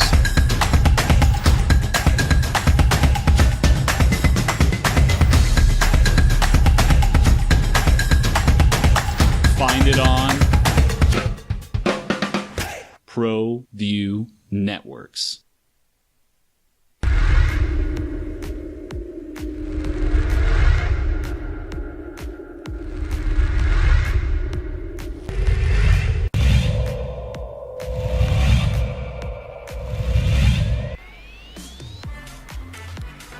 Olivas going to the corner of the end zone. Nice grab there by Josh Jackson, and that's going to be a touchdown, El Dorado.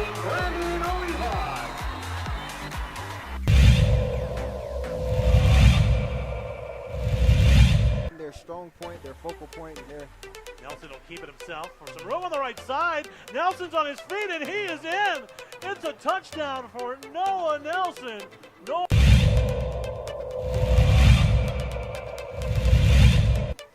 Sliding, they slid out of going out there. Linebacker, they're going for the big gutter play.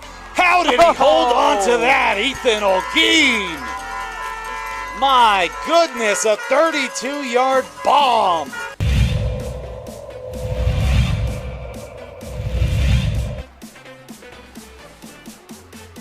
He's going to launch this one long, and it's a little bit short, but what a pull down. Fabian Trujillo. Unbelievable, this man.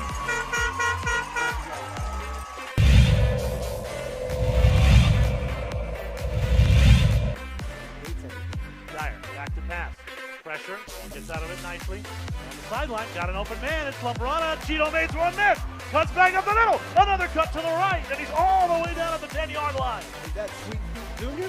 Right? That's Sweet Pete Jr. right What there. a move there by Cheeto Lambrera.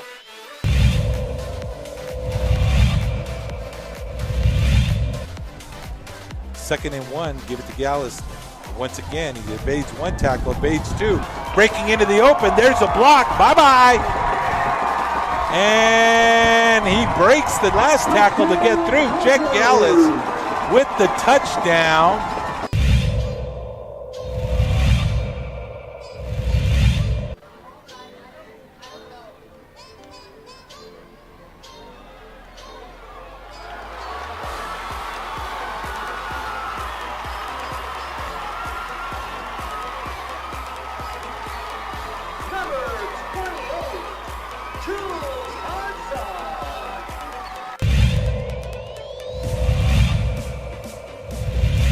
Happy with his defense so far.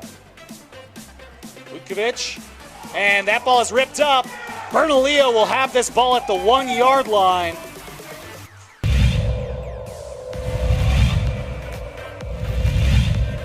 That's the extra yards for Cheeto. Dyer quickly, it's batted into the air, and it is picked off.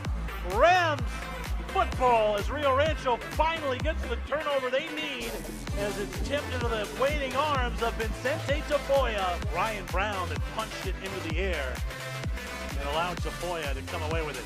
Let's see if Nelson can make it right pay. back. No! LaCueva gets it back on another tip drill. It falls into the waiting arms of the senior Luke Ryder.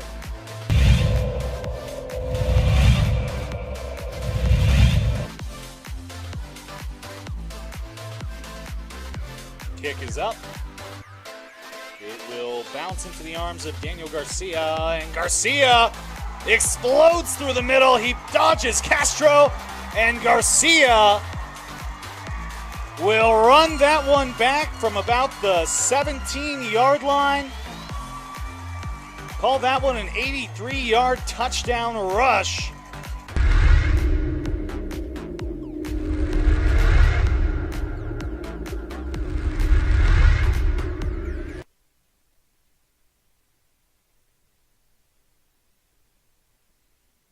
We would like to thank the following sponsors for making this broadcast possible. Young driver, this one. Hard to get her out. She'd been drinking. This one. Both of them gone. They'd been drinking, and he drove clear off the road. In a little bit, but we are privileged on Thursdays at this time to catch up with our friend from CBS Sports, who you read on a regular basis. Jerry Palm joins us on the Sports Animal. Good morning, Jerry Palm. How you living? I'm all right. How are you? I'm well, thank you. Hey, here's what I learned last week in college football, if I didn't already know it. It's never over. Just in case you didn't hear when Yogi Berra said it. I went to bed with Stanford getting drilled on Friday night, woke up and had to rub my eyes when I looked at the score. On Thursday night, I saw West Virginia get beat on a last-second Hail Mary by Houston, and then I went to bed when Boise State was beating Colorado State. 3 of them at the end, just insane endings. Yeah, I fell asleep on the Colorado-Stanford game and the Boise State game as well. But I stayed up and watched that West Virginia-Houston game. It was just nuts. That game is just, it's over, and then it's over, and then, no, wait, now it's over. Yeah, it was 3 of the most unbelievable endings, Jerry. I don't know which one was better, which one was more amazing, but 3 of them were just, unbelievable. Yeah, I think the West Virginia Houston West game, just because of the short period of time in which the real drama occurred. West Virginia scored with 12 seconds. Yeah. And then, and then they had a stupid penalty and had to kick off from the 20, which gave Houston, better field position, and I think that made a difference. That was a remarkable end to, really a pretty good game, but gosh, and then the comebacks, in the Boise State game and the Colorado game, I'm going to blow his name. It's I want to say it's Eric, but it's not. It's like the Stanford receiver. Yeah.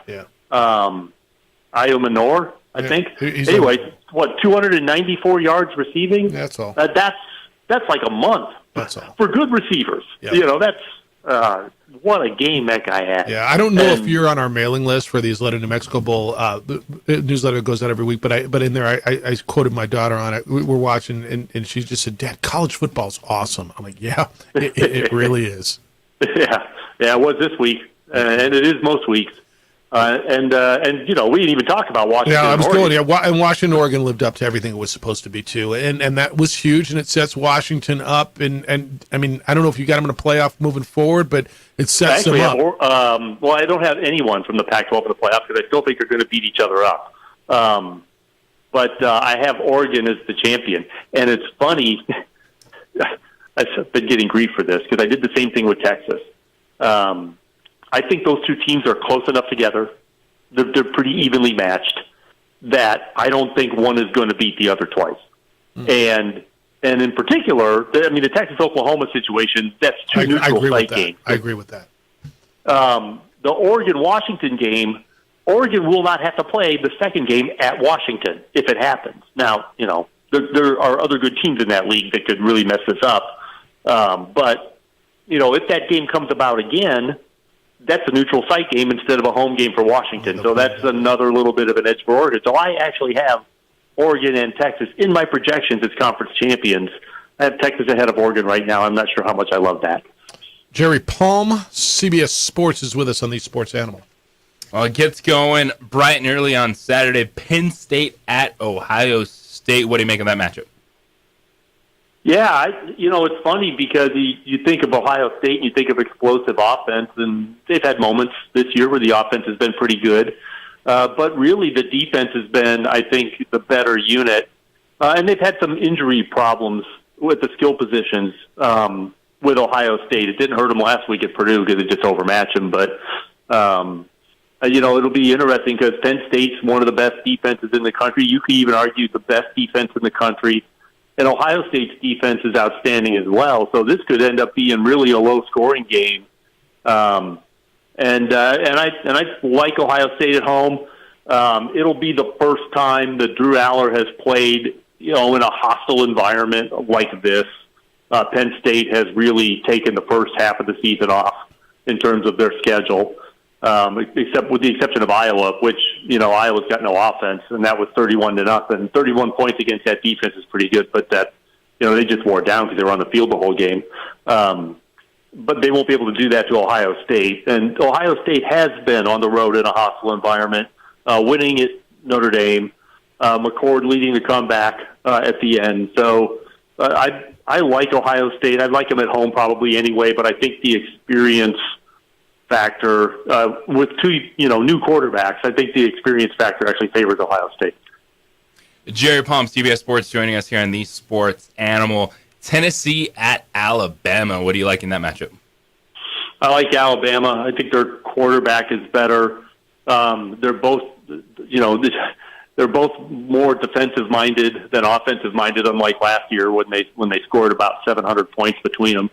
But I think Alabama's going to have a little something for them. The way that game ended last year, I'm sure did not sit well, and they've been stewing on it for a year.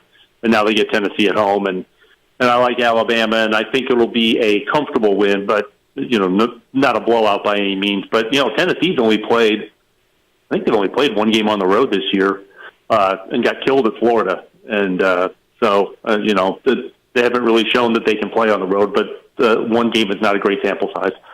Is Oregon in a trap situation? Washington State got beat last week badly. That's the worst they looked all year. They go into Eugene coming off of that big emotional game last week. And Washington State can score some points, and historically the series has been really good. Is that a game that concerns you for Oregon a little bit? Maybe a little. I'd be more concerned if they weren't at home. That game at home I think really helps them. They had to go up to the Palouse, I think that'd be a problem. But and then Washington State's reeling a little bit. Yeah. That what happened to them last week.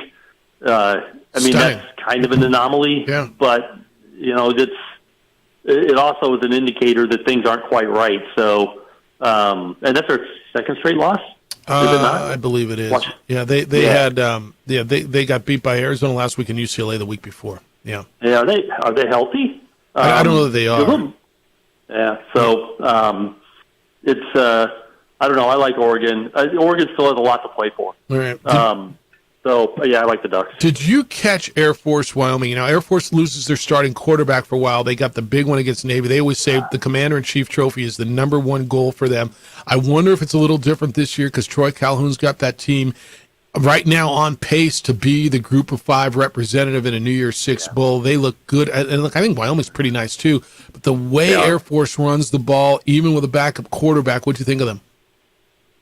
Yeah, I would be more concerned about the backup quarterback if they were threw the ball around a lot. Yeah, I like Air Force. I'd actually put Air Force in my New Year's Six game this year. I seem to waffle on that. I have like Tulane, and then I put a Mountain West team in, and then I have Tulane, and then I put a Mountain West team in.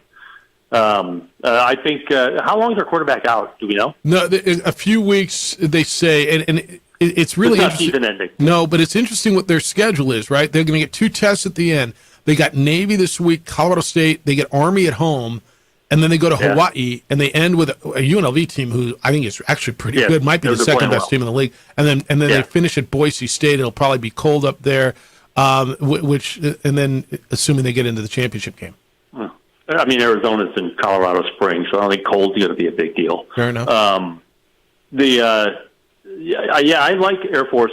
I think they'll be favored the rest of the way. Doesn't mean it'll be easy. But I certainly like them this week. I don't think Navy's got a new coach, and they're still working some things out. I think their best chances for getting beat are going to be in the conference. I don't think Navy and Army are strong enough to beat Air Force this year. Did we talk about USC, Utah? No, that's where I was. I just double take. You're talking about the Pac-12 beating each other up. What do you make of that matchup this week? Look, Jerry, we said they were going to get beat, and they got beat. Yeah, that was a disaster for USC. Their offense was horrible. And give Notre Dame's defense credit. It's a good defensive unit. That's definitely the strength of Notre Dame.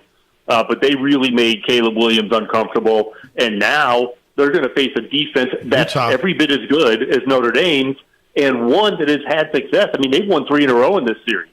You know, has Caleb Williams ever beat Utah? I don't think he has. Certainly not at SC. No, I mean, but I don't think he's beat him at all. Jerry, did you see what they've got left? They get Utah, they got to go to Cal, and then it's Washington, Oregon, and UCLA. Like how many losses are they going to have at the end of the regular season, do you think? Well, more than one, and I think, starting this, and SC is a 7-point favorite. It's funny, I made them the upset of the week. I made Utah winning the upset of the week in my column, my best bet column, where I pick a team to win outright that's at least a 6-point underdog, a touchdown underdog. And I'm looking at these games and I'm like, wait a minute, Utah's a touchdown underdog at USC? I mean, I can understand underdog, but 7 points? Wow.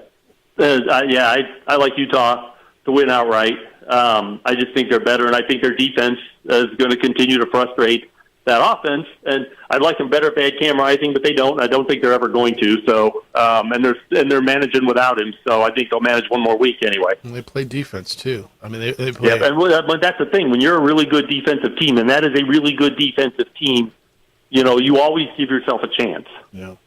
You enjoying these Wednesday night games, like Conference USA I am. stuff? I've been watching the Tuesday and Wednesday Conference USA games, and I have been. And I was trying to make a point. It says somebody was saying, "No, it's stupid." And what are they playing for? What are they playing for? Because people are watching them. More people are watching this than would ever watch them buried on a Saturday schedule. Yeah. There's a reason that the MAC has done this for so long, and the Fun Belt's doing it. And I think Conference USA is getting way more love than they ever would if they didn't play October games during the week. I mean, I don't know that it's great football, but it's entertaining football. That's right. I mean, that league hasn't really got a great team in it this year. But I know more about Conference USA this year than I have ever known about them before because I have a chance to watch them, and I don't on Saturdays because I've got to watch the bigger games. Yeah, look, there's some good story. What Rich Rodriguez has done at Jacksonville State to get them to 6-2 is good. Yeah. Liberty's undefeated; they're nice. Diego Pavia is a heck of a player. New Mexico State's 5-3. I like him. There's some fun stories. I agree with you. I couldn't keep my eyes off of Sam Houston and FIU last night, and that was bad football. I felt so bad. Sam Houston. It's like, that's a pretty good program at FCS. I mean, they're used to winning. They're a relatively recent champion of that group, are they not? Yeah, no, they absolutely are. They absolutely are. I just like, gosh, they were right there. I know, I couldn't keep my eyes off it, and I'm like, this is horrible. And the delays, and there was no pace to it. And I'm like, stop watching it, but I couldn't. Yeah. All right, my friend, enjoy the weekend. We're reading you every day over on CBSSports.com. Following you on the Twitter, it's at JP Palm CBS, and we'll catch up with you next Thursday right about now. All right, sounds good. Thanks, Jerry Palm from CBS Sports. As good as there is in what he does, and we're really lucky to have him every Thursday and appreciate him spending the time. He's like us, man. We just couldn't stop watching FIU and Sam Houston last night because we're degenerates. That's what it is. All right, 9:30, John Traub's going to be with us, the general manager of the Isotopes, explain to you what the sale means and what it doesn't mean. I'm going to reset for you at the top. Right when we come back, got a bunch of correspondence from you as well. It's the opening drive on 95.9 FM and AM 610, the Sports Animal, your home for Sunday night and Monday night. Oh, and the Thursday Night Football in the Red Zone at 9 o'clock. This report is sponsored by... We would like to thank the following sponsors for making this broadcast possible. Young driver, this one. Hard to get her out. She'd been drinking. This one. Both of them gone. They'd been drinking, and he drove clear off the road. This was my family. Drunk driver hit us, and my wife and our daughter, they didn't make it. Hi, I'm Steve Stucker here for Dr. Robert Melendez and the Juliet Eye Institute. You may remember me like this, but no more. The glasses are gone. I tossed them months ago because of a brand new procedure from Dr. Melendez known as RLE, Refractive Lens Exchange. The latest technology, the best eyesight I've ever had in my life, and you can check it out by clicking on the link in the description right here.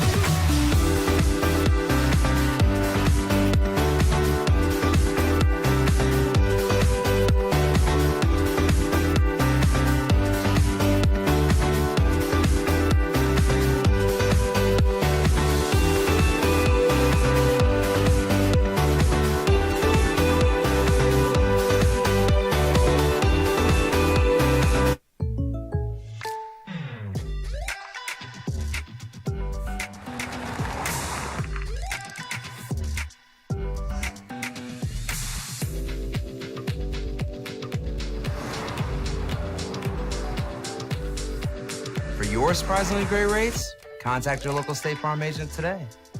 If you want the real deal, call State Farm agent Marty Size in Albuquerque today. Like a good neighbor, State Farm is there.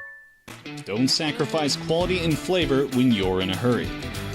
Golden Pride offers ribs, fried chicken, red and green chili breakfast burritos, and Frontier sweet rolls.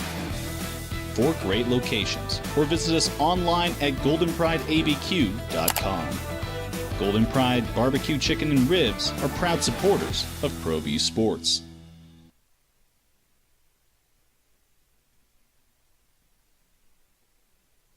We would like to thank the following sponsors for making this broadcast possible.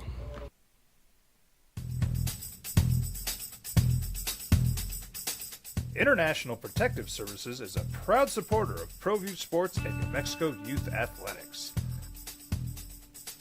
IPS provides residential and commercial security services in the Albuquerque metro area. For more info, please call 505-897-2420 or visit internationalprotectiveservice.com. Young driver, this one. Hard to get her out. She'd been drinking. This one. Both of them gone. They'd been drinking, and he drove clear off the road. This was my family. Drunk driver hit us, and my wife and our daughter, they didn't make it. Rosendo Najar here, president of Carpenters Local 1319. Juan Junior Gonzalez, warden of Local 1319. Some people have a misconception about what a carpenter does. The carpentry trade entails more than just woodworking or building houses. We are responsible for 85% of a construction job site. Everything from the superintendent on down. We have a great apprenticeship program. Information can be found on our website.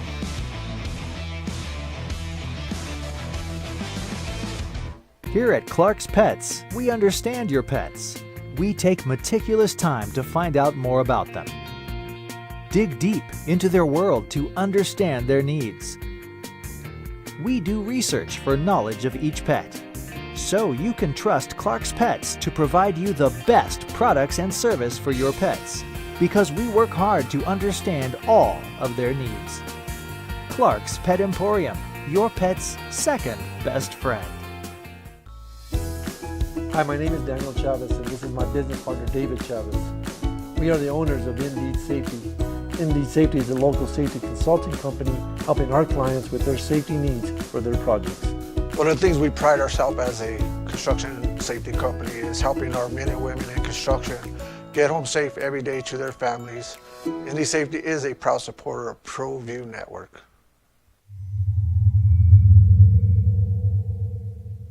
Hi, I'm Steve Stucker here for Dr. Robert Melendez and the Juliet Eye Institute. You may remember me like this, but no more. The glasses are gone. I tossed them months ago because of a brand new procedure from Dr. Melendez known as RLE, Refractive Lens Exchange. The latest technology, the best eyesight I've ever had in my life, and you can check it out by clicking on the link in the description right here. Don't sacrifice quality and flavor when you're in a hurry. Golden Pride offers ribs, fried chicken, red and green chili breakfast burritos, and Frontier sweet rolls. 4 great locations, or visit us online at goldenprideabq.com. Golden Pride Barbecue Chicken and Ribs are proud supporters of ProView Sports.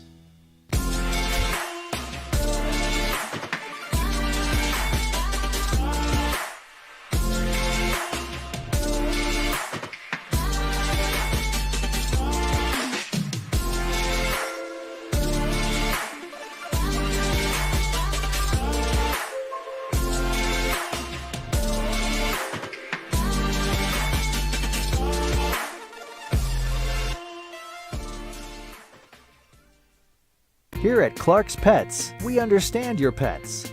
We take meticulous time to find out more about them. Dig deep into their world to understand their needs. We do research for knowledge of each pet, so you can trust Clark's Pets to provide you the best products and service for your pets, because we work hard to understand all of their needs. Clark's Pet Emporium, your pet's second best friend. These are more than just the sounds of a safe place to go after school.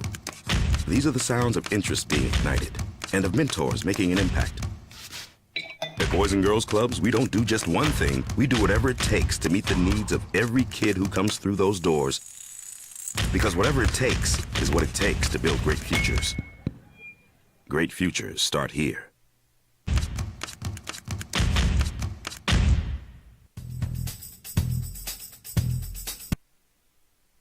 Their schedule, they get Utah this week, then Cal, then Oregon, then Washington, then UCLA. And Notre Dame, Notre Dame toyed with them. Notre Dame punched them. They frustrated Caleb Williams. You think that cost Caleb Williams the Heisman? Yes. On the same week that Michael Penix on national TV, the game everybody was watching, the Washington quarterback, had the game that he had and beat Oregon. Who's your Heisman right now? Absolutely. There's no reason to say that Caleb Williams is still the front runner for Heisman after a performance like that. You threw 3 interceptions, you got your doors blown off. You're going to fall behind Michael Penix Jr. in that race. All right, 505-246-0610. That's where you're sending me texts. You're sending, that's where you're calling as well? 4th leading passer in the nation is from Conference USA. 4th leading passer in the nation. Is it Liberty's guy? No, it's dude at Middle Tennessee. Is that right? MTSU. What's his name? Nicholas Battiato. Okay. I watched them a little. They score, man. They're just not winning. Rick Stockstill's been there 18 years. And it's usually a pretty good program. Hawaii's quarterback is 6th right now. And he's coming in town. Shager? And he's coming to town this week. He threw 46 times the other day. Yeah. Yeah. The Aggies win last night. You guys are in on it. Lobo Fan has been in. Basically, you ignited this by saying a strict, staunch diet of cupcakes has its rewards. I just got this on the text line. Cupcake talk, ? Lobo football is, capital I, capital S, a cupcake. You beat who's in front of you. Otherwise, well, you are, ... A team with 6 FBS wins in 3.5 years. Okay. Lobo Fan, you kind of started it. This is from AC. Morning, Jeff. I really didn't catch the first hour with Pavia, but I assume it was UNM fans saying he's leaving. I find it funny that they think nobody will leave UNM, but they will leave NMSU right away. Guess what, Lobo Fan? Student athletes will stay at State over UNM any day. I don't know if that's right. No. I don't know that that's right. But somebody asked earlier, is Diego playing? Will he transfer somewhere for his senior year, or his fifth year? Is 1 year available? I don't know. I look. It feels like he does love it there, right? It feels like they're winning there. Like if he stays there one more year and continues what they're doing, let's assume they go to a bowl game this year.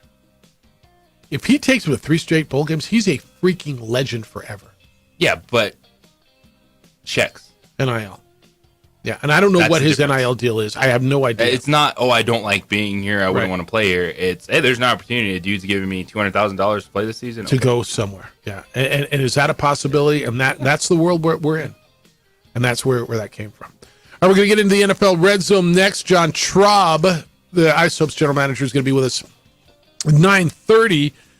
NFL tonight, Jaguars and Saints here on 95.9 FM and AM 610, the Sports Animal, your home for Sunday night and Monday night and Thursday night football.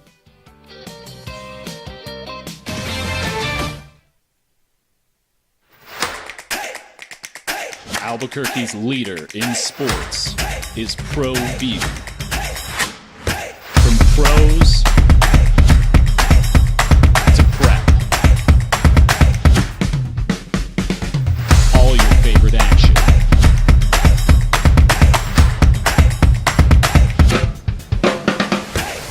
All your favorite talk shows.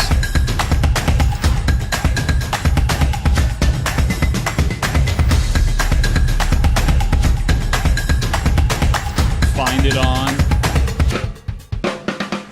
ProView Networks.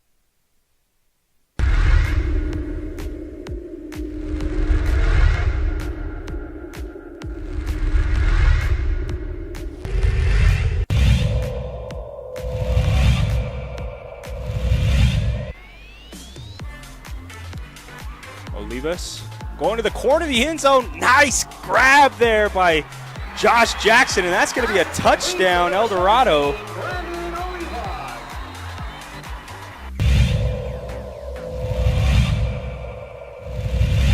Their strong point, their focal point, and their... Nelson will keep it himself for some room on the right side. Nelson's on his feet, and he is in. It's a touchdown for Noah Nelson.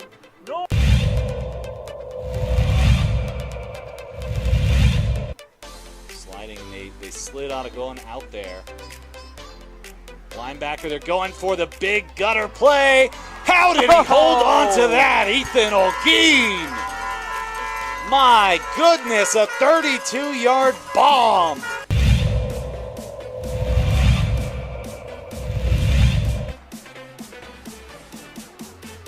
He's going to launch this one long, and it's a little bit short, but what a pull down. Fabian Trujillo. Unbelievable, this man.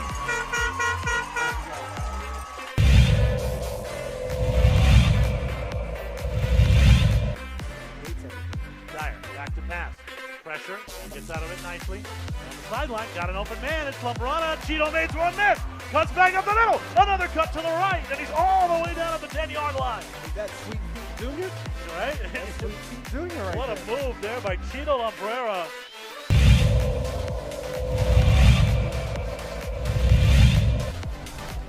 Second and 1, give it to Gallus.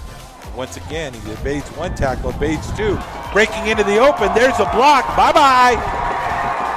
And he breaks the last tackle to get through. Jack Gallus with the touchdown.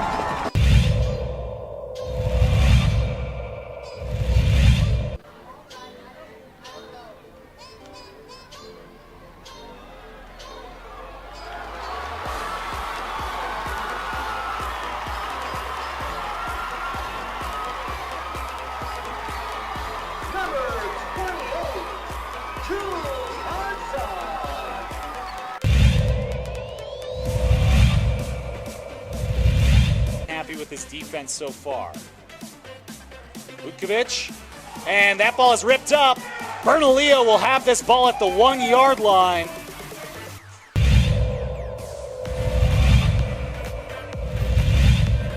That's the extra yards for Cheeto. Dyer quickly, it's batted into the air, and it is picked off. Rams football as Rio Rancho finally gets the turnover they need. NFL tonight. Jaguars, maybe Trevor Lawrence. Game time decision, fantasy footballers. And the New Orleans Football Saints and Derek Carr. Who are they? Jeff Symbieta, JJ Buck, DC. You like DC or you like DC? I mean, is there like the emphasis on the D or is the emphasis on the C? Ooh. I know. That's a good question. DC. Is it DC? DC. Or is it DC? DC. Is it DC or is it DC? Well, I'd say let's emphasize the D. DC. Very good. I like that. All right. I kind of liked DC, but it's your name. I mean, you know, it's. I actually like when people come up with different combinations. Don Corleone Yeah. is my favorite at this point. DeMario Carlito.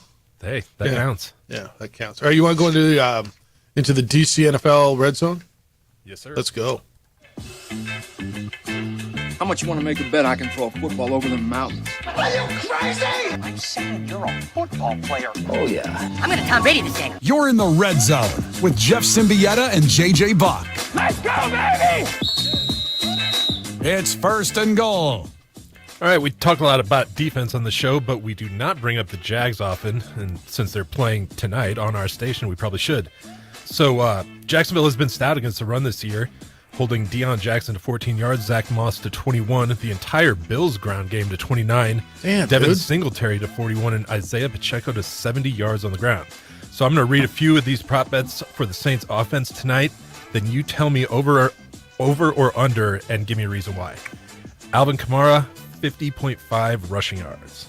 Under, but he'll go over like whatever the total number is because he's going to get a lot of receiving yards. But he hasn't been effective running the ball. He's been effective out of the backfield. Catch the ball. I say he goes under. I think he squeaks over. He had 51 yards against the Buccaneers last time. All right, Chris Olave, 62.5 receiving yards. Over. Over. Michael Thomas, 53.5 receiving yards. Under. I'm with you on the under on that one. Rashid Shaheed, 34.5 receiving yards. It's the over because he's going to have 2 catches for 60 yards. That's right. The number's little. He's going over. His He won't, average depth of target That's is right. large. His volume won't be big, but that number goes over. All right, finally, Derek Carr, 239.5 passing yards. Over, man. They've been good between the 20s. He's fine. The problem's not getting him yardage. The problem's getting the ball in the end zone. I think he goes over that. I'm right there with you. I don't think the yardage totals are going to be too much of an issue. It's finishing drives. And this is something that it's been an NFL problem. Across the league, NFL offenses are down at least 5% in red zone efficiency this season. Second and goal. Ready, down, put. Yesterday afternoon, rumors about the Baltimore Ravens making a move for running back started to emerge. First, I heard there was some interest in acquiring Saquon Barkley via trade. Then, later, I heard the same about them acquiring Derrick Henry and Dalvin Cook via trade. So, will the Ravens trade for one of these guys before the deadline? If so, which guy would be the best fit in Baltimore? Best fit is Saquon Barkley because he's the best player of this group. It would be a larger investment, but you're still a team that Lamar Jackson, as much as you want to say we brought in a new OC, we want to throw the football down the field, still running the football matters. Saquon Barkley is a dual threat playmaker. So if you're telling me those are options on the table, it's Saquon Barkley. Easy of that group, but cost you money and draft picks. So I don't know that I think they're going to get any of those guys. They may make a move. I love Derrick Henry on that team. Like the way he runs, he's a battering ram. They are physical, pounded at you. I think he is so good because Lamar can get outside. I agree with you. Saquon's the best player. I love what Derrick Henry would be there, but I don't think they make a move for either any of those particular guys. Well, the New York Jets are praying someone trades for Dalvin Cook. Why would you do that? I have Dude's no averaging idea. 2.8 yards per carry. There's no reason that they would go do that. He has some of the worst metrics in the they're league. like, please take him. Yeah. Third and goal. All right, speaking of the Ravens, the 4-2 Baltimore Ravens are hosting the 5-1 Detroit Lions this weekend. The Ravens are a 3-point favorite at home after beating the Titans in Nashville, but their losses against the Steelers and Colts were pretty ugly. So let's talk about the quarterbacks. Jared Goff is off to a hot start, throwing for 1,618 yards with 11 touchdown passes and 3 interceptions. Lamar Jackson has 1,253 passing yards with 5 touchdown passes and 3 interceptions, but he also has 327 rushing yards and 4 touchdowns on the ground. So play GM and choose either Goff or Jackson and tell me why he is the guy you would take for the rest of the 23 season. I can't believe I'm going here, but I'm going Goff, and I'll tell you why. He's finishing drives. They're finishing drives with touchdowns and not field goals. And I now, is it because he's got better weapons? You might argue that. Is it because Amon-Ra St. Brown and Sam Laporta are not dropping balls, and Craig and Reynolds are not dropping balls at the rate that Zay Flowers and Devin Duvernay or those guys are? Yeah, it might be. But the Lions are finishing drives with touchdowns, and the Ravens are moving the ball and kicking field goals. And I can't believe I'm saying this, but the rest of this season is the question. I'm taking Jared Goff. I have to agree with you on this one. Like, Lamar Jackson is a player that I'm still all in on. Like, I get tired of what is Lamar Jackson going to be in 5 years, this year, this or that, because he's not throwing from the pocket.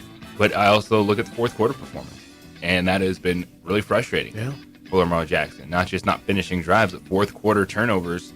There's something that has been a problem. Yes, who do you trust? For Lamar Jackson. And I think the way things are setting up for Jared Goff this season, the confidence, the schedule, give me Jared Goff. You didn't expect that, did you? 4th and goal. Not at all. Did I stutter? Beer me. Who would you take?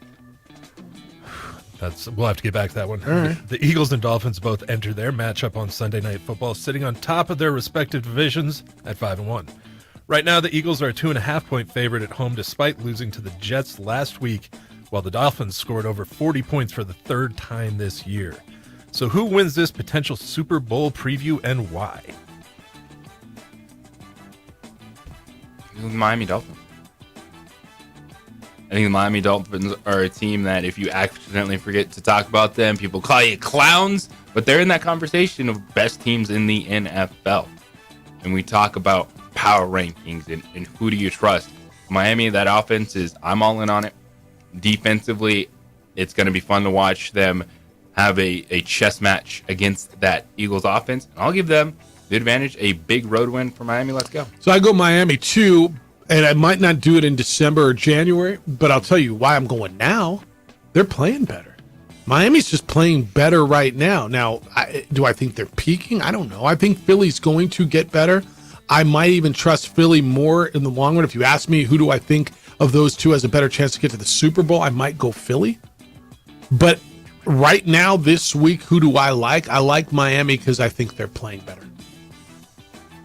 Yeah, I tend to lean towards Miami as well. You're absolutely right. They're just playing better, and their offense is unstoppable, it feels like. So I agree with you guys on that. But going back to Lamar or Jared, that was a tough thing for me all morning. I couldn't decide who I'd pick. I kind of lead towards Lamar because I do like the running ability. I think that's really important. But do you trust him down in the fourth quarter? And that's the thing. The question about trust. I go back to that Steelers game. I go back. They're not finishing. They're not finishing games. They're not finishing drives.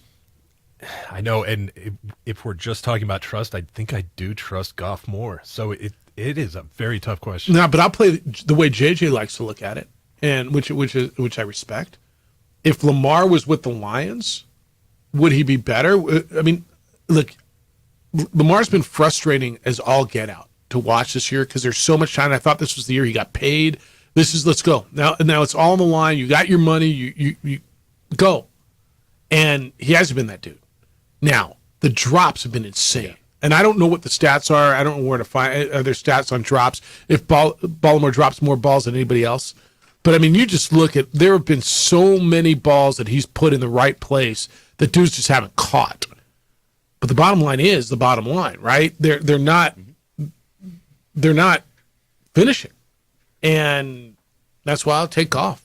They are finishing and they're winning football games. There's enough there if you're Lamar Jackson. You have Mark Andrews. Yep. You have a young Zay Flowers that's emerging as number one target. He drops balls too. Yeah, they had massive drops. Yeah. But there shouldn't be. He doesn't need more. Everyone could want more. everyone could have more, but there's enough there for that offense to be better with a quarterback like Lamar Jackson. I do think it's fascinating. As much as we talk about the running back position, it's a running game instead of the running back. That's a team that, like, maybe we do need a name back there. Because maybe, Gus Edwards, Justice Hill, it's just not enough. Whatever reason, they can't keep running backs healthy, which is just, whether it's Dobbins, Edwards, Hill, whoever's been back there. I'll go, even when Mark Ingram was there, right? He got hurt there. I don't know what the deal is there. I can't argue Saquon, right? Saquon's of those guys that you mentioned, he's the best player. But I keep picturing Derrick Henry in that backfield. Derrick Henry feels like he fits into everything they do. With their style of play, I know health has been big. Like J.K. Dobbins was kind of like, this is going to be our winning guy. That's right. Coming out of Ohio State, the opportunity, he's been hurt multiple years, but there hasn't been more of an impact player come out of that run game. And that's why I would love Henry there. And Henry, again, I don't want to, I hate saying a guy's injury prone because I watched how Saquon got hurt this year. A dude falls on your leg like that, you're getting hurt too. And running backs get hurt. Yeah. But I trust Derrick Henry. Like if it's a legitimate conversation. Yeah. If it is for Baltimore. Yeah. Like we would like to acquire a Which way would you maker. go? Which would your focus be? Depending on like money, because if you get Barkley, it's a longer term investment. That's why Derrick I like, Henry's that's 29 why, years that's old. why I like Henry. Like he is at the back end. You're not paying that guy another massive contract. I'm not looking to pay anybody a massive contract. I'm looking to get me through this year. I look at an AFC where it's like, all right, Miami's good and Buffalo's good and Kansas City's good, but I probably think I'm pretty good too, right? I think I'm pretty good. There's Kansas City and Buffalo and Miami, and I want to think I'm the next best team. Who's the fourth best team in the AFC? Because you're going to tell me Buffalo, Miami, Kansas City, whatever order you put them in, right? Are the top three. Who's the fourth best team in the AFC? That definitely feels like it's week to week. Right. So it could be, if you're Baltimore, you're thinking, well, I could be that. Jacksonville could feel that way. Cincinnati could feel that way. Yeah. I'll tell you, the Jets could feel that way. Browns could feel that way. The Browns do feel that way. Like that. The numbers we talk about with Miami offensively, the Browns defensively are dabbling in that. Like the numbers are so much better than I just picked up the Browns defense in a league. I don't know how they were there, and I made them my number one priority this week instead of I had something on a tight end or something on a buy, but I found them. Yeah. I don't remember which league it was. I'm in too many damn leagues, but yeah, that was a good get, right? I am amazed you were able to get. And that's the rest. Have they had their buy yet? I don't even know. But that's what, because I tend to stream defenses. Do you do that? But yeah, I picked them up and there they were. Yeah, that's that team. I just picked up Smith and Jigba and Jaleel McLaughlin on waivers last night. I'm still crummy. I'm 2-4. But I'm a 19-point favorite this week. That means I'll lose by 100. 505-246-0610. John Traub's going to be with us at 9:30. Stick with us. I know you're wondering what the sale of the Isotopes means. I think he will comfort you when we talk to the longtime general manager of the Isotopes. That's coming up at 9:30 on the opening drive on 95.9 FM and AM 610. The Sports Animal, your home for Sunday night and Monday night and even tonight football.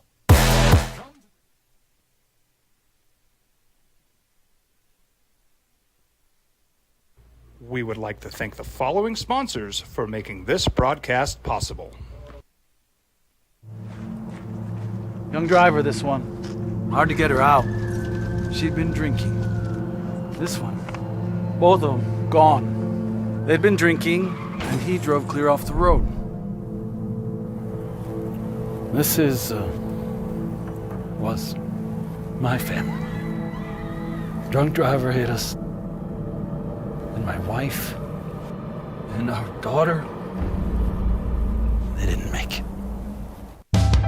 We here at Clark's Pet Emporium welcome you to bring in your pets. We know that having your pet with you makes the experience of shopping for them even better.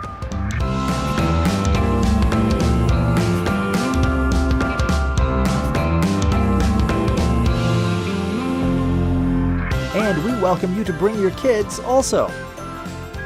Clark's Pet Emporium, your pet's second best friend.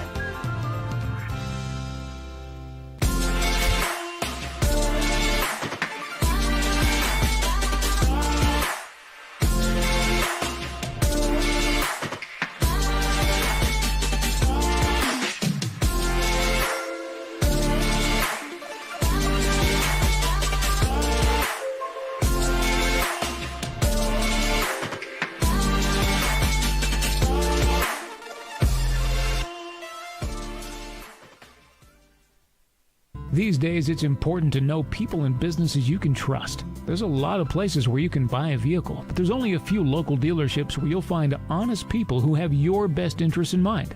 And Fiesta Kia is one of them. We've been helping our neighbors save money and drive dependable cars for years, and we'd love to help you. With new Kias arriving daily, you'll love our selection and the peace of mind you'll get driving a Kia from Fiesta. So stop by and see us today at Fiesta Kia on Lomas, or just start driving now at fiestakia.com.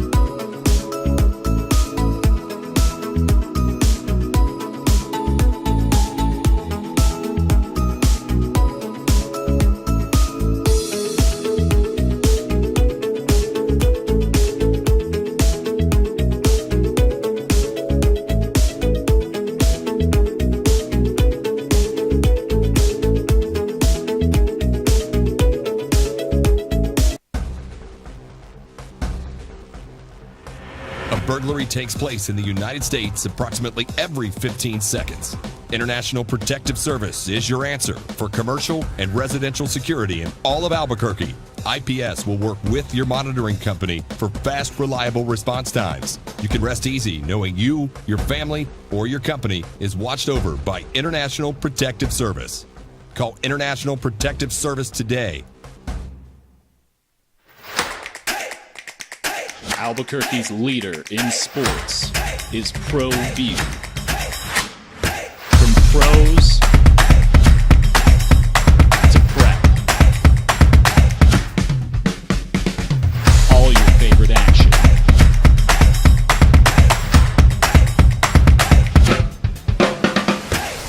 All your favorite talk shows.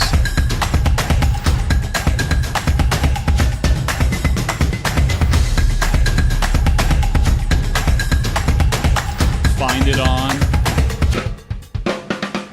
ProView Networks. We would like to thank the following sponsors for making this broadcast possible.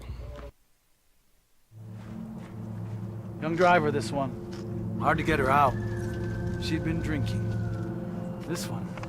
Both of them gone. They'd been drinking, and he drove clear off the road. This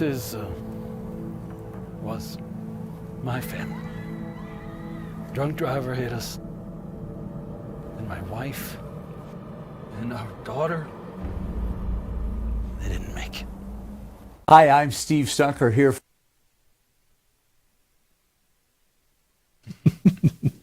But are there 5 or 6 teams you could see in a $100 parlay? It's from Travis. Says picking ML. What's ML? Moneyline. Oh, yeah. Okay, picking Moneyline. Okay. So he needs, what did he say? How many teams? 5 or 6 to win straight up Moneyline. Again, we are really not good at this. Really not good at this. But, all right, you just want Moneyline? Bills, Browns, Seahawks, Packers, Chiefs. You know what I'm scared of? I don't know why. All of it? What? The Cleveland Indianapolis game. Okay. Yeah, because there's one of those every week. Because PJ Walker again. All right. The guy who just beat the 49ers? Yeah. Because your kicker hit 4 field goals and the other kicker hit 1. And missed 2. No. Their guy missed 2. All right. That's fair. That's only You 2.5 don't have to spread. like it. I don't. That's the ones I gave you. What are your 5 money line winners? It would have been all but the All right. I need a 5th. Niners? Niners are going to kill the Vikings on Monday night. That's going to be a bad watch Monday night, isn't it? Right. It's going to be. It's going to be. Yeah, it's going to be a bludgeon. Yeah. What's the spread on that too? It's 7. Yeah. All right. Go there.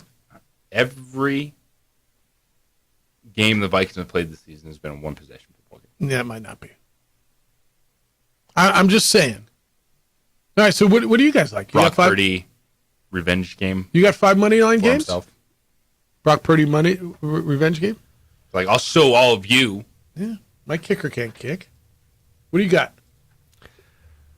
That Browns Colts is interesting. I'd probably stay away from it myself. Okay. I'd probably go Lions, Commanders, Bills. Ooh, Commanders. Okay. Lions over the Ravens on a money line. You're that sure of that, huh? I think they look very, very good right now. And that is 3 road teams right off the bat. Yes, Yeah, it is. I'm trying to make the guys some money here. Wow. He's going money line. So. Yeah. Yeah, I suppose that's true. Parlay. The Packers Broncos is so interesting. I see it, and I actually would probably stay away from it. I can understand Packers, though, on that one. Green Bay's only a point favorite. It's going to be an interesting one. But I agree with you wholeheartedly. 49ers are going to smoke the Vikings. So 49ers. Green Bay Denver has the feel of that game where you just assume. You're like, oh, Dubs, Watson, Musgrave, Reed, Jones, Dillon, you name it. If you're an offensive player for the Packers, you're going off. And Yeah, it doesn't turn and then it feels like a 19-17 game. You know? Well, it's only a 1-point game. All right, that's what I got for you. So don't do any of those. So, I mean, honestly, at that point, what are we doing? All right. Did I give you all these? All right. Gopher said, "Can I pick your brain, Jeffy?" Sure. Saturday was the busiest ever between Fiesta and the Dern Eclipse. Didn't have a chance to watch the Lobo game until yesterday. Is Hopkins struggling because he isn't getting a lot of help? Remember, we were told this was the most talented wide receiver tight end room since Loxley had Flashy and Deion Long and Ty Kirk and Lucas Reed. I don't see it. The offense is Bob right, Bob left, Bob middle. That would be Bill. They call him Bill.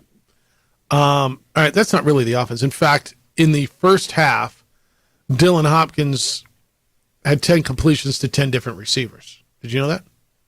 Yeah.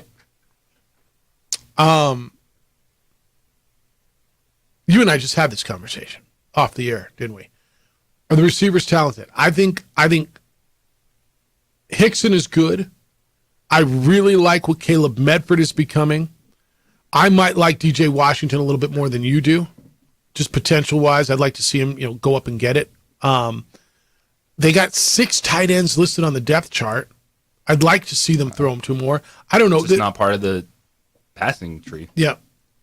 Do I think there's more talent in the wide receivers than in the past? I do. Is it this offense isn't just Bill right, Bill left. It's just not. That's well, not. they won't take any step forward if that's the case. If what? If you're just giving it to Ja'Cory? Yeah. Right. Because look at that second half. San Jose was like, okay. Yeah, but look at the second half. What did they do offensively? Now, to his point, what did they do offensively? Well, they were trying to run on first and down and go anywhere. Luke Wysong is not healthy, I don't believe. That's why he's not involved in the offense the way maybe he would be. I'd like to see a little bit more Davis. I'd like to see him go to 16 more. Deuce Jones is their deep threat. But your guys are it's Hickson. And by the way, Andrew Erickson didn't play this week, who is probably their most consistent receiver, right? Hickson is. Erickson's been pretty sure-handed, and he's been there. They need play, like explosiveness. Yeah, no, but he's a safety blanket guy. Yeah, and part of it too is when you have 10 different players catching a pass, you're not like you're committing to, hey, this is a wide receiver rotation. We're not just funneling passes to someone. I think Hickson could be that guy. You funnel a few more passes to over the middle of the football field. Ryan Davis had a 40.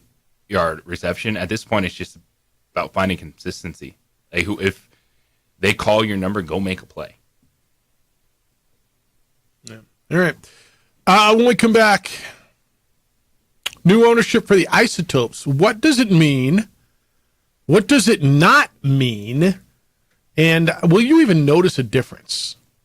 John Schraub is the longtime general manager of the Isotopes, and he is going to be with us when we come back to explain to you what it means, what it doesn't mean, what it might mean, what it will mean, what it won't mean. That's next. It's the opening drive. Jeff, JJ, and DC on 95.9 FM and AM 610. The Sports Animal, your home for Sunday night and Monday night and Thursday night football. Celebrate Cherry Fridays with these. For Dr. Robert Melendez and the Juliet Eye Institute. You may remember me like this, but no more. The glasses are gone. I tossed them months ago because of a brand new procedure from Dr. Melendez known. We would like to thank the following sponsors for making this broadcast possible.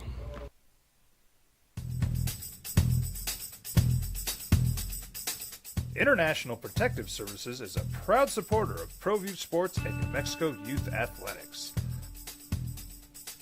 IPS provides residential and commercial security services in the Albuquerque metro area. For more info, please call 505-897-2420 or visit internationalprotectiveservice.com. Young driver, this one. Hard to get her out. She'd been drinking. This one. Both of them gone. They'd been drinking, and he drove clear off the road. This was my family. Drunk driver hit us. And my wife and our daughter, they didn't make it. Rosendo Najar here, president of Carpenters Local 1319. Juan Junior Gonzalez, warden of Local 1319. Some people have a misconception about what a carpenter does. The carpentry trade entails more than just woodworking or building houses.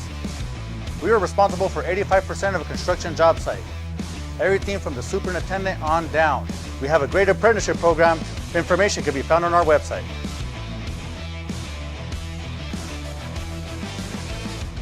Here at Clark's Pets, we understand your pets. We take meticulous time to find out more about them. Dig deep into their world to understand their needs. We do research for knowledge of each pet, so you can trust Clark's Pets to provide you the best products and service for your pets, because we work hard to understand all of their needs. Clark's Pet Emporium, your pet's second best friend.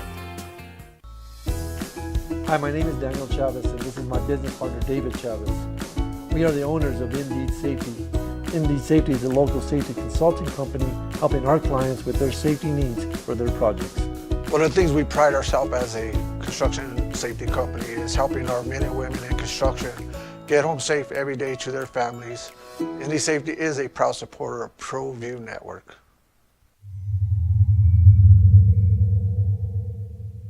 Hi, I'm Steve Stucker here for Dr. Robert Melendez and the Juliet Eye Institute. You may remember me like this, but no more. The glasses are gone. I tossed them months ago because of a brand new procedure from Dr. Melendez known as RLE, Refractive Lens Exchange. The latest technology, the best eyesight I've ever had in my life, and you can check it out by clicking on the link in the description right here. Don't sacrifice quality and flavor when you're in a hurry. Golden Pride offers ribs, fried chicken, red and green chili breakfast burritos, and Frontier sweet rolls. 4 great locations, or visit us online at goldenprideabq.com. Golden Pride Barbecue Chicken and Ribs are proud supporters of ProView Sports.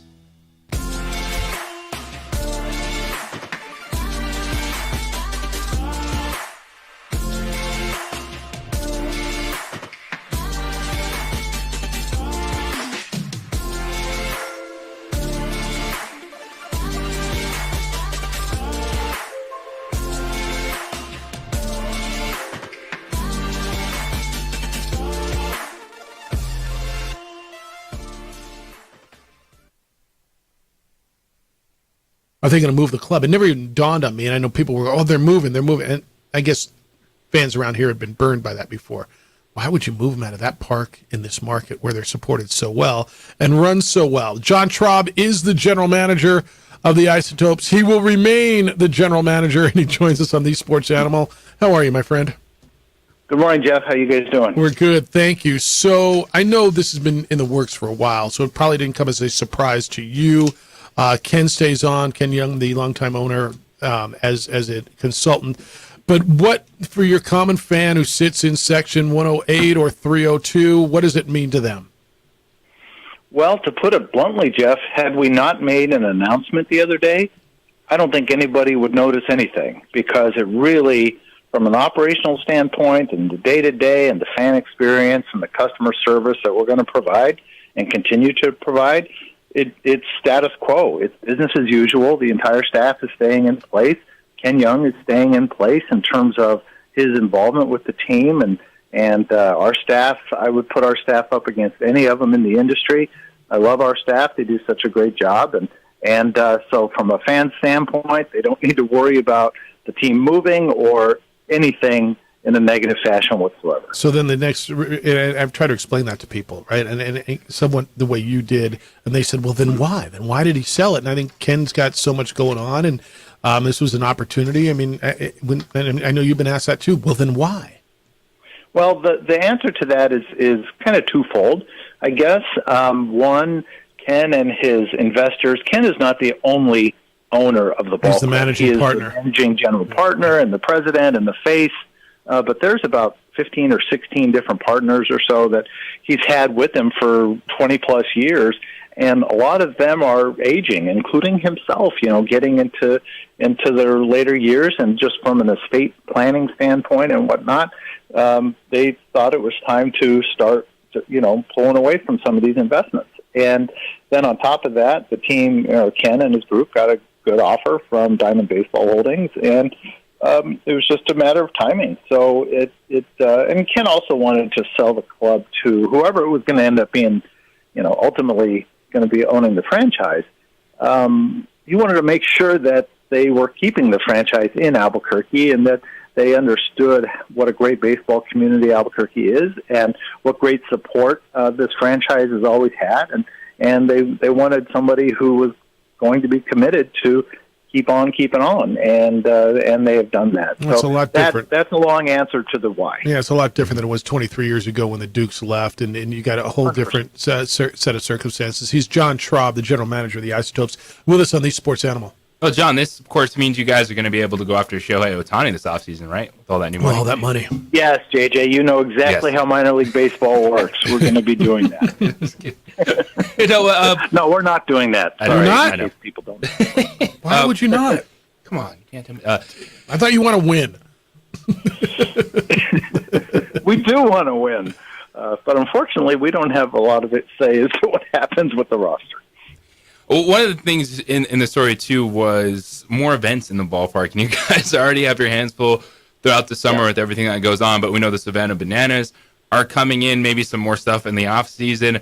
What does that mean for you guys and just the community as a whole? Well, obviously we have a limited number of available dates at the moment. But, once that does open up, you could expect things like concerts and expect things like off-season events. One thing that a touring event, if you will, that has been put in ballparks across the country, including some major league parks, is a thing called Enchant, which is a winter festival, if you will. You turn your ballpark, including the field, into a big skating rink and a big celebration of winter and whatnot. So I could see that coming at some point. I could see other things happening. And we always have tried to do these types of things. It's just a matter of available dates and the investment that it takes to bring in some of these events. So, I think the wherewithal with this, with the Diamond Baseball Holdings Group and their connections with some of these acts and things in the entertainment business, I think could really bode well for our facility and our community. And John, you look at what you guys are able to do, and as you said, the proof is in the pudding. But coming off another season, looking back at all the incredible events, the fans, the number of people that you bring in, what keeps you guys burning, because it's easy to say, hey, we are doing it at this level, let's just keep it there. But I know you guys are still always grinding and thinking in the offseason how to make it even better.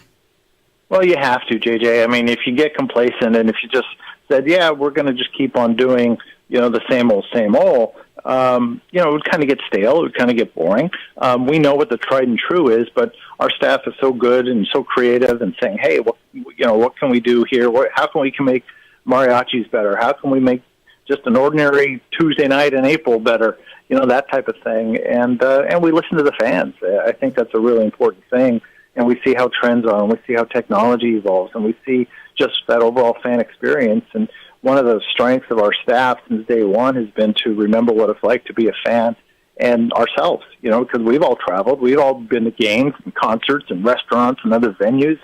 And what do we want to be treated like as a customer? So we try to keep that top of mind all the time with how we operate. And I think our staff does a very good job with that, and that's going to continue. He's Isotopes manager John Schraub with us on the Sports Animal. I got can I read you an email? It says, question for Dukes Honcho. That's you. You're the Dukes Honcho. Mr. Symbieta, what is the new owner's philosophy on winning at this level? It's from Sid. Sid, we all want to win, my friend. Everybody wants to win. That's, of course, the food tastes better. Everybody's in a better mood. Geez, when the team was playing really well in the second half, it was terrific. But, as Sid is well aware, I hope, and other listeners, that, as a minor league operator, you don't have any control over wins and losses. And you can yell and scream at your major league club all you want, but, they know that they want to win. They know you want to win. They know the fans want a winner. And we have to understand our place. And the Rockies, in our situation, if you certainly look at some of the lower levels and some of the high draft picks they've had, I've been told by scouts, especially next year, look out, because this is an organization from a player development standpoint that is on the rise. And we've got some great young talent, and hopefully we're going to see a lot of that talent come through Albuquerque. Whether that results in us having a parade down Central Avenue, I don't know. But what it's going to hopefully mean is that we're going to continue to be competitive, and that's all we can ask. I mean, Chris Forbes and the Colorado Rockies, they know how much we want to win, and they're doing their best to put a winner in here. It's they have to spend money as a major league club on minor league free agents and trying to get the right group of people, and certainly the last 3 months of this past season were indicative that they understand how important winning is as part of development, and the Rockies system is on the rise, so I'm excited about that. You already planned the parade route? Like, is it Central Avenue downtown, or is it up in Nob Hill? Or because I might suggest uptown for the parade, or but you already got the route planned? Yeah, I do. I've been thinking about it for 20 years. So, who's going to win the World Series? The playoffs have been fun. Astros bounced back last night. The Phillies have been bludgeoning the Diamondbacks. Surprised that these are the 4 teams left? Oh my gosh, are we ever? But I think it's great for baseball. And seeing what Texas has done, they've certainly being such a dominant team in the AL West all season, and then losing the division title, but coming in as a wild card, they've really, and the way they put the number to the Orioles was surprising to me. I wouldn't be surprised to see Texas come out of it from the American League, and you got to look at what the Phillies are doing, and you got to think that they're the favorite in the NLCS. And then when it comes down to the end of it, I mean, it's going to come down to pitching, as it always does, and who's going to be hotter. The Phillies are coming off the World Series appearance last year, so I don't know. I think it's good for baseball to have some new blood, even though you've got some repeat people, but it's not necessarily the big markets that are spending all kinds of money on talent like you see with the Dodgers and some of the other franchises. Yeah, it's spectacular. All right, does the name Archibald Cummings mean anything to you? One of our biggest supporters in our early years. So I asked JJ, but back in the day, and so if I've been doing this show 15 and a half years, that was 17 years ago, 18 years ago, when we were at that, back in the closet at that afternoon show at the other radio station, and there was a character that one of our guys did, Dustin Drew did, Archibald Cummings, and But he would be like, Mr. Taub. He would call you John Taub, right? You're Mr. Taub. Can I be the pronunciator? Yeah, that's how he would call me. Can I be the pronunciator at the baseball game on Tuesday night? Right? And he had this great character that used to live, right? Did he live in the scoreboard or something? I think so. I think he lived on top of the one of the light standards or something. That's right. By the way, the light standards look nice. All right. So wrap it up. Bottom line, this sale means it sounds like from every perspective, it's a positive. Where are they based? Diamond Baseball. Where are they based out of? Well, they're kind of all over the country. I believe they're East Coast based, but they do have folks that we've already been working with all over the country. Somebody from Houston, L.A., so kind of all over the place. They own, the other thing too, they own about 24 different minor league baseball teams, and their MO all along has been to leave the staffs in place, do what they're going to do, and what's kind of neat is that there are so many, colleagues that we've worked with over the years from the Pacific Coast League and from other leagues that, we already know a lot of these people that are in the DBH family, so it's kind of like getting the band back together. So I think there's a lot of positives to it, Jeff, and like I said when you first started the interview here, if we didn't make an announcement yesterday or the day before, nobody would I'm know. not sure anybody would notice anything different. Well, as long as you are, your job is safe, and they recognize what you've done and what that staff has done over the years, because you're right, there is nobody better in your industry at what you do. You keep it fresh, like JJ was saying. The ballpark looks great. I mean, it's kind of a pillar of our community, and it continues to be, and that's why you led the league in attendance, and people continue to love what you do. So I'm glad that things work out the right way for you, my friend, and for your staff. And I think for this community, it's something that it just sounds like what sounds like to me is stability, and that's good. Yeah, I agree. And what they recognize too is how excellent our staff is, and they know that our staff is top of the game, and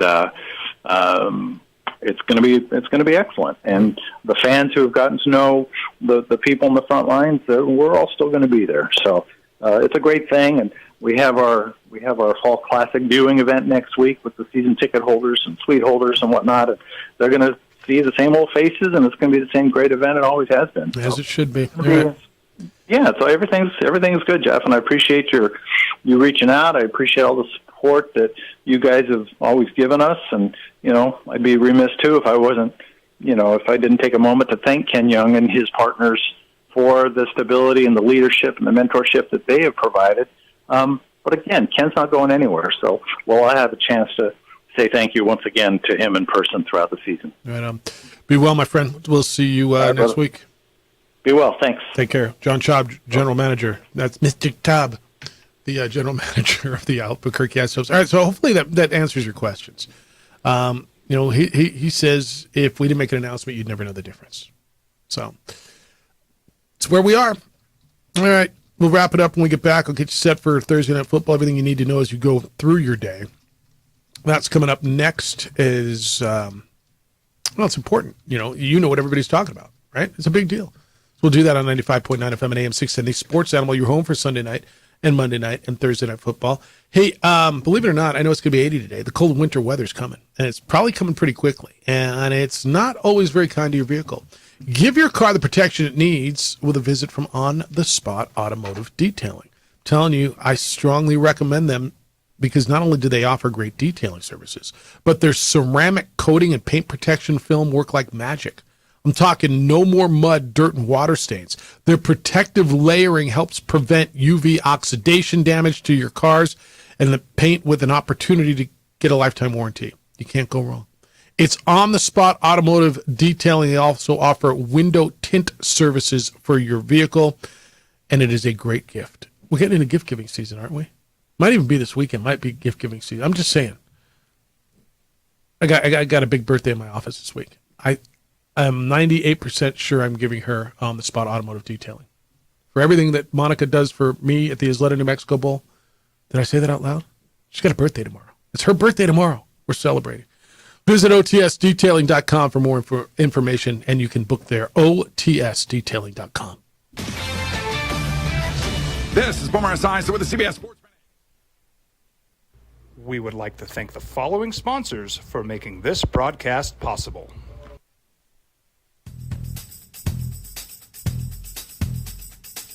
International Protective Services is a proud supporter of ProView Sports and New Mexico Youth Athletics. IPS provides residential and commercial security services in the Albuquerque metro area. For more info, please call 505-897-2420 or visit internationalprotectiveservice.com. Young driver, this one. Hard to get her out. She'd been drinking. This one. Both of them gone. They'd been drinking, and he drove clear off the road. This was my family. Drunk driver hit us. And my wife and our daughter, they didn't make it. Rosendo Najar here, president of Carpenters Local 1319. Juan Junior Gonzalez, warden of Local 1319. Some people have a misconception about what a carpenter does. The carpentry trade entails more than just woodworking or building houses. We are responsible for 85% of a construction job site. Everything from the superintendent on down. We have a great apprenticeship program. The information can be found on our website.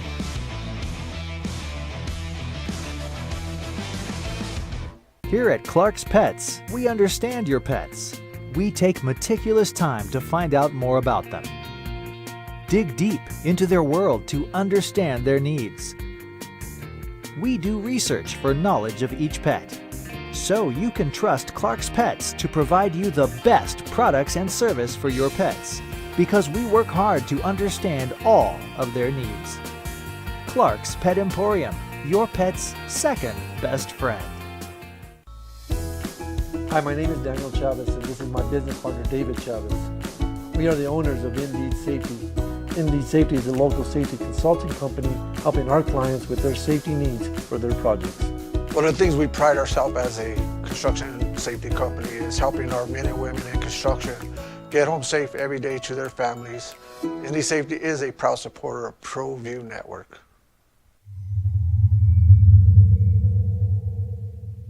Hi, I'm Steve Stucker here for Dr. Robert Melendez and the Juliet Eye Institute.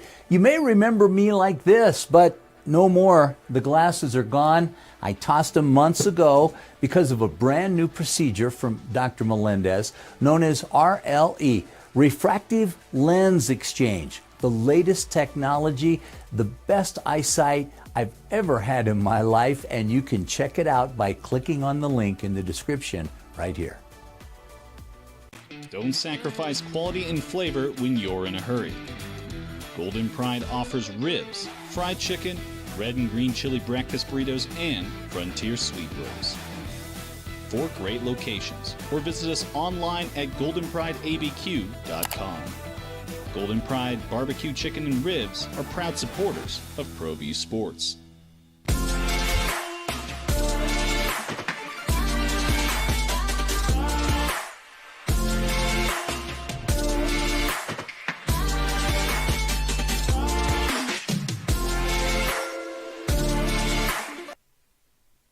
Howdy Doody on the radio saying they expected it to be better.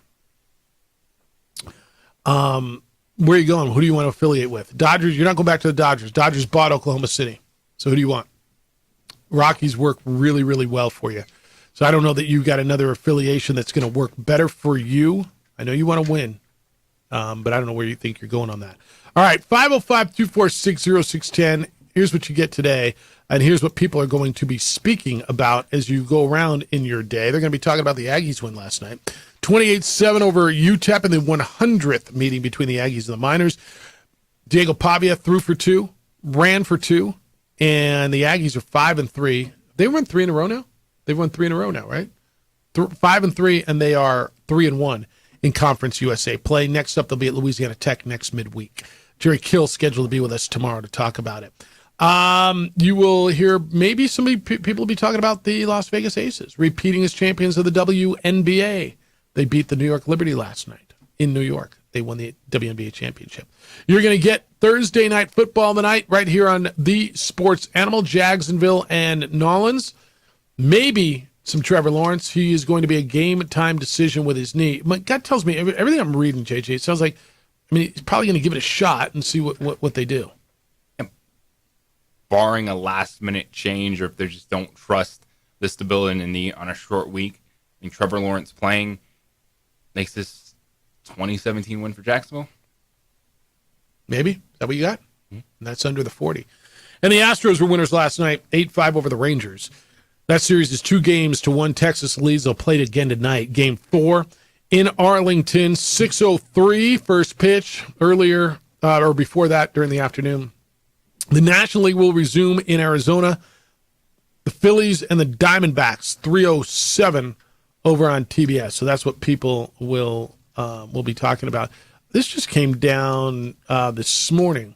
So UEFA, that's the International Soccer Federation, Football Federation. Israel will not host any UEFA sanctioned matches until further notice, according to Europe's governing body. This just went down this morning. The ruling will impact the Israeli teams. There's a few of them, which are competing in the Europa League. The Israel Football Association and its clubs have been requested. Still there. All right. Just trying to see what else do I got. What else do I get today? And do I miss anything from you all as you get in? I get college football tonight.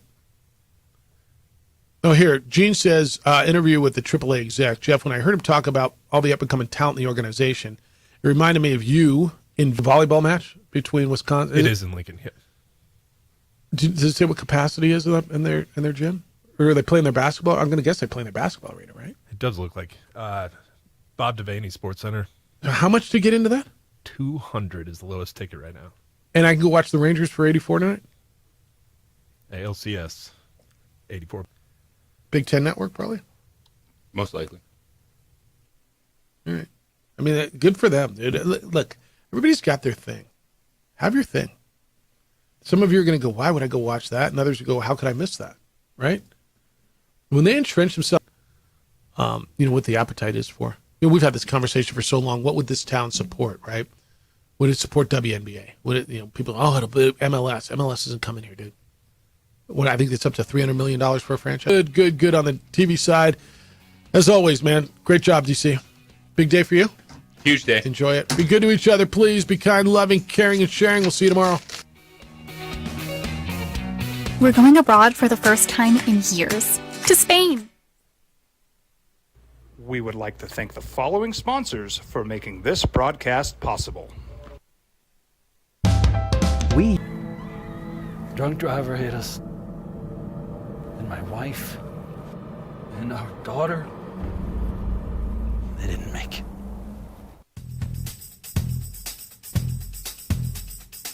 International Protective Services is a proud supporter of ProView Sports and New Mexico Youth Athletics.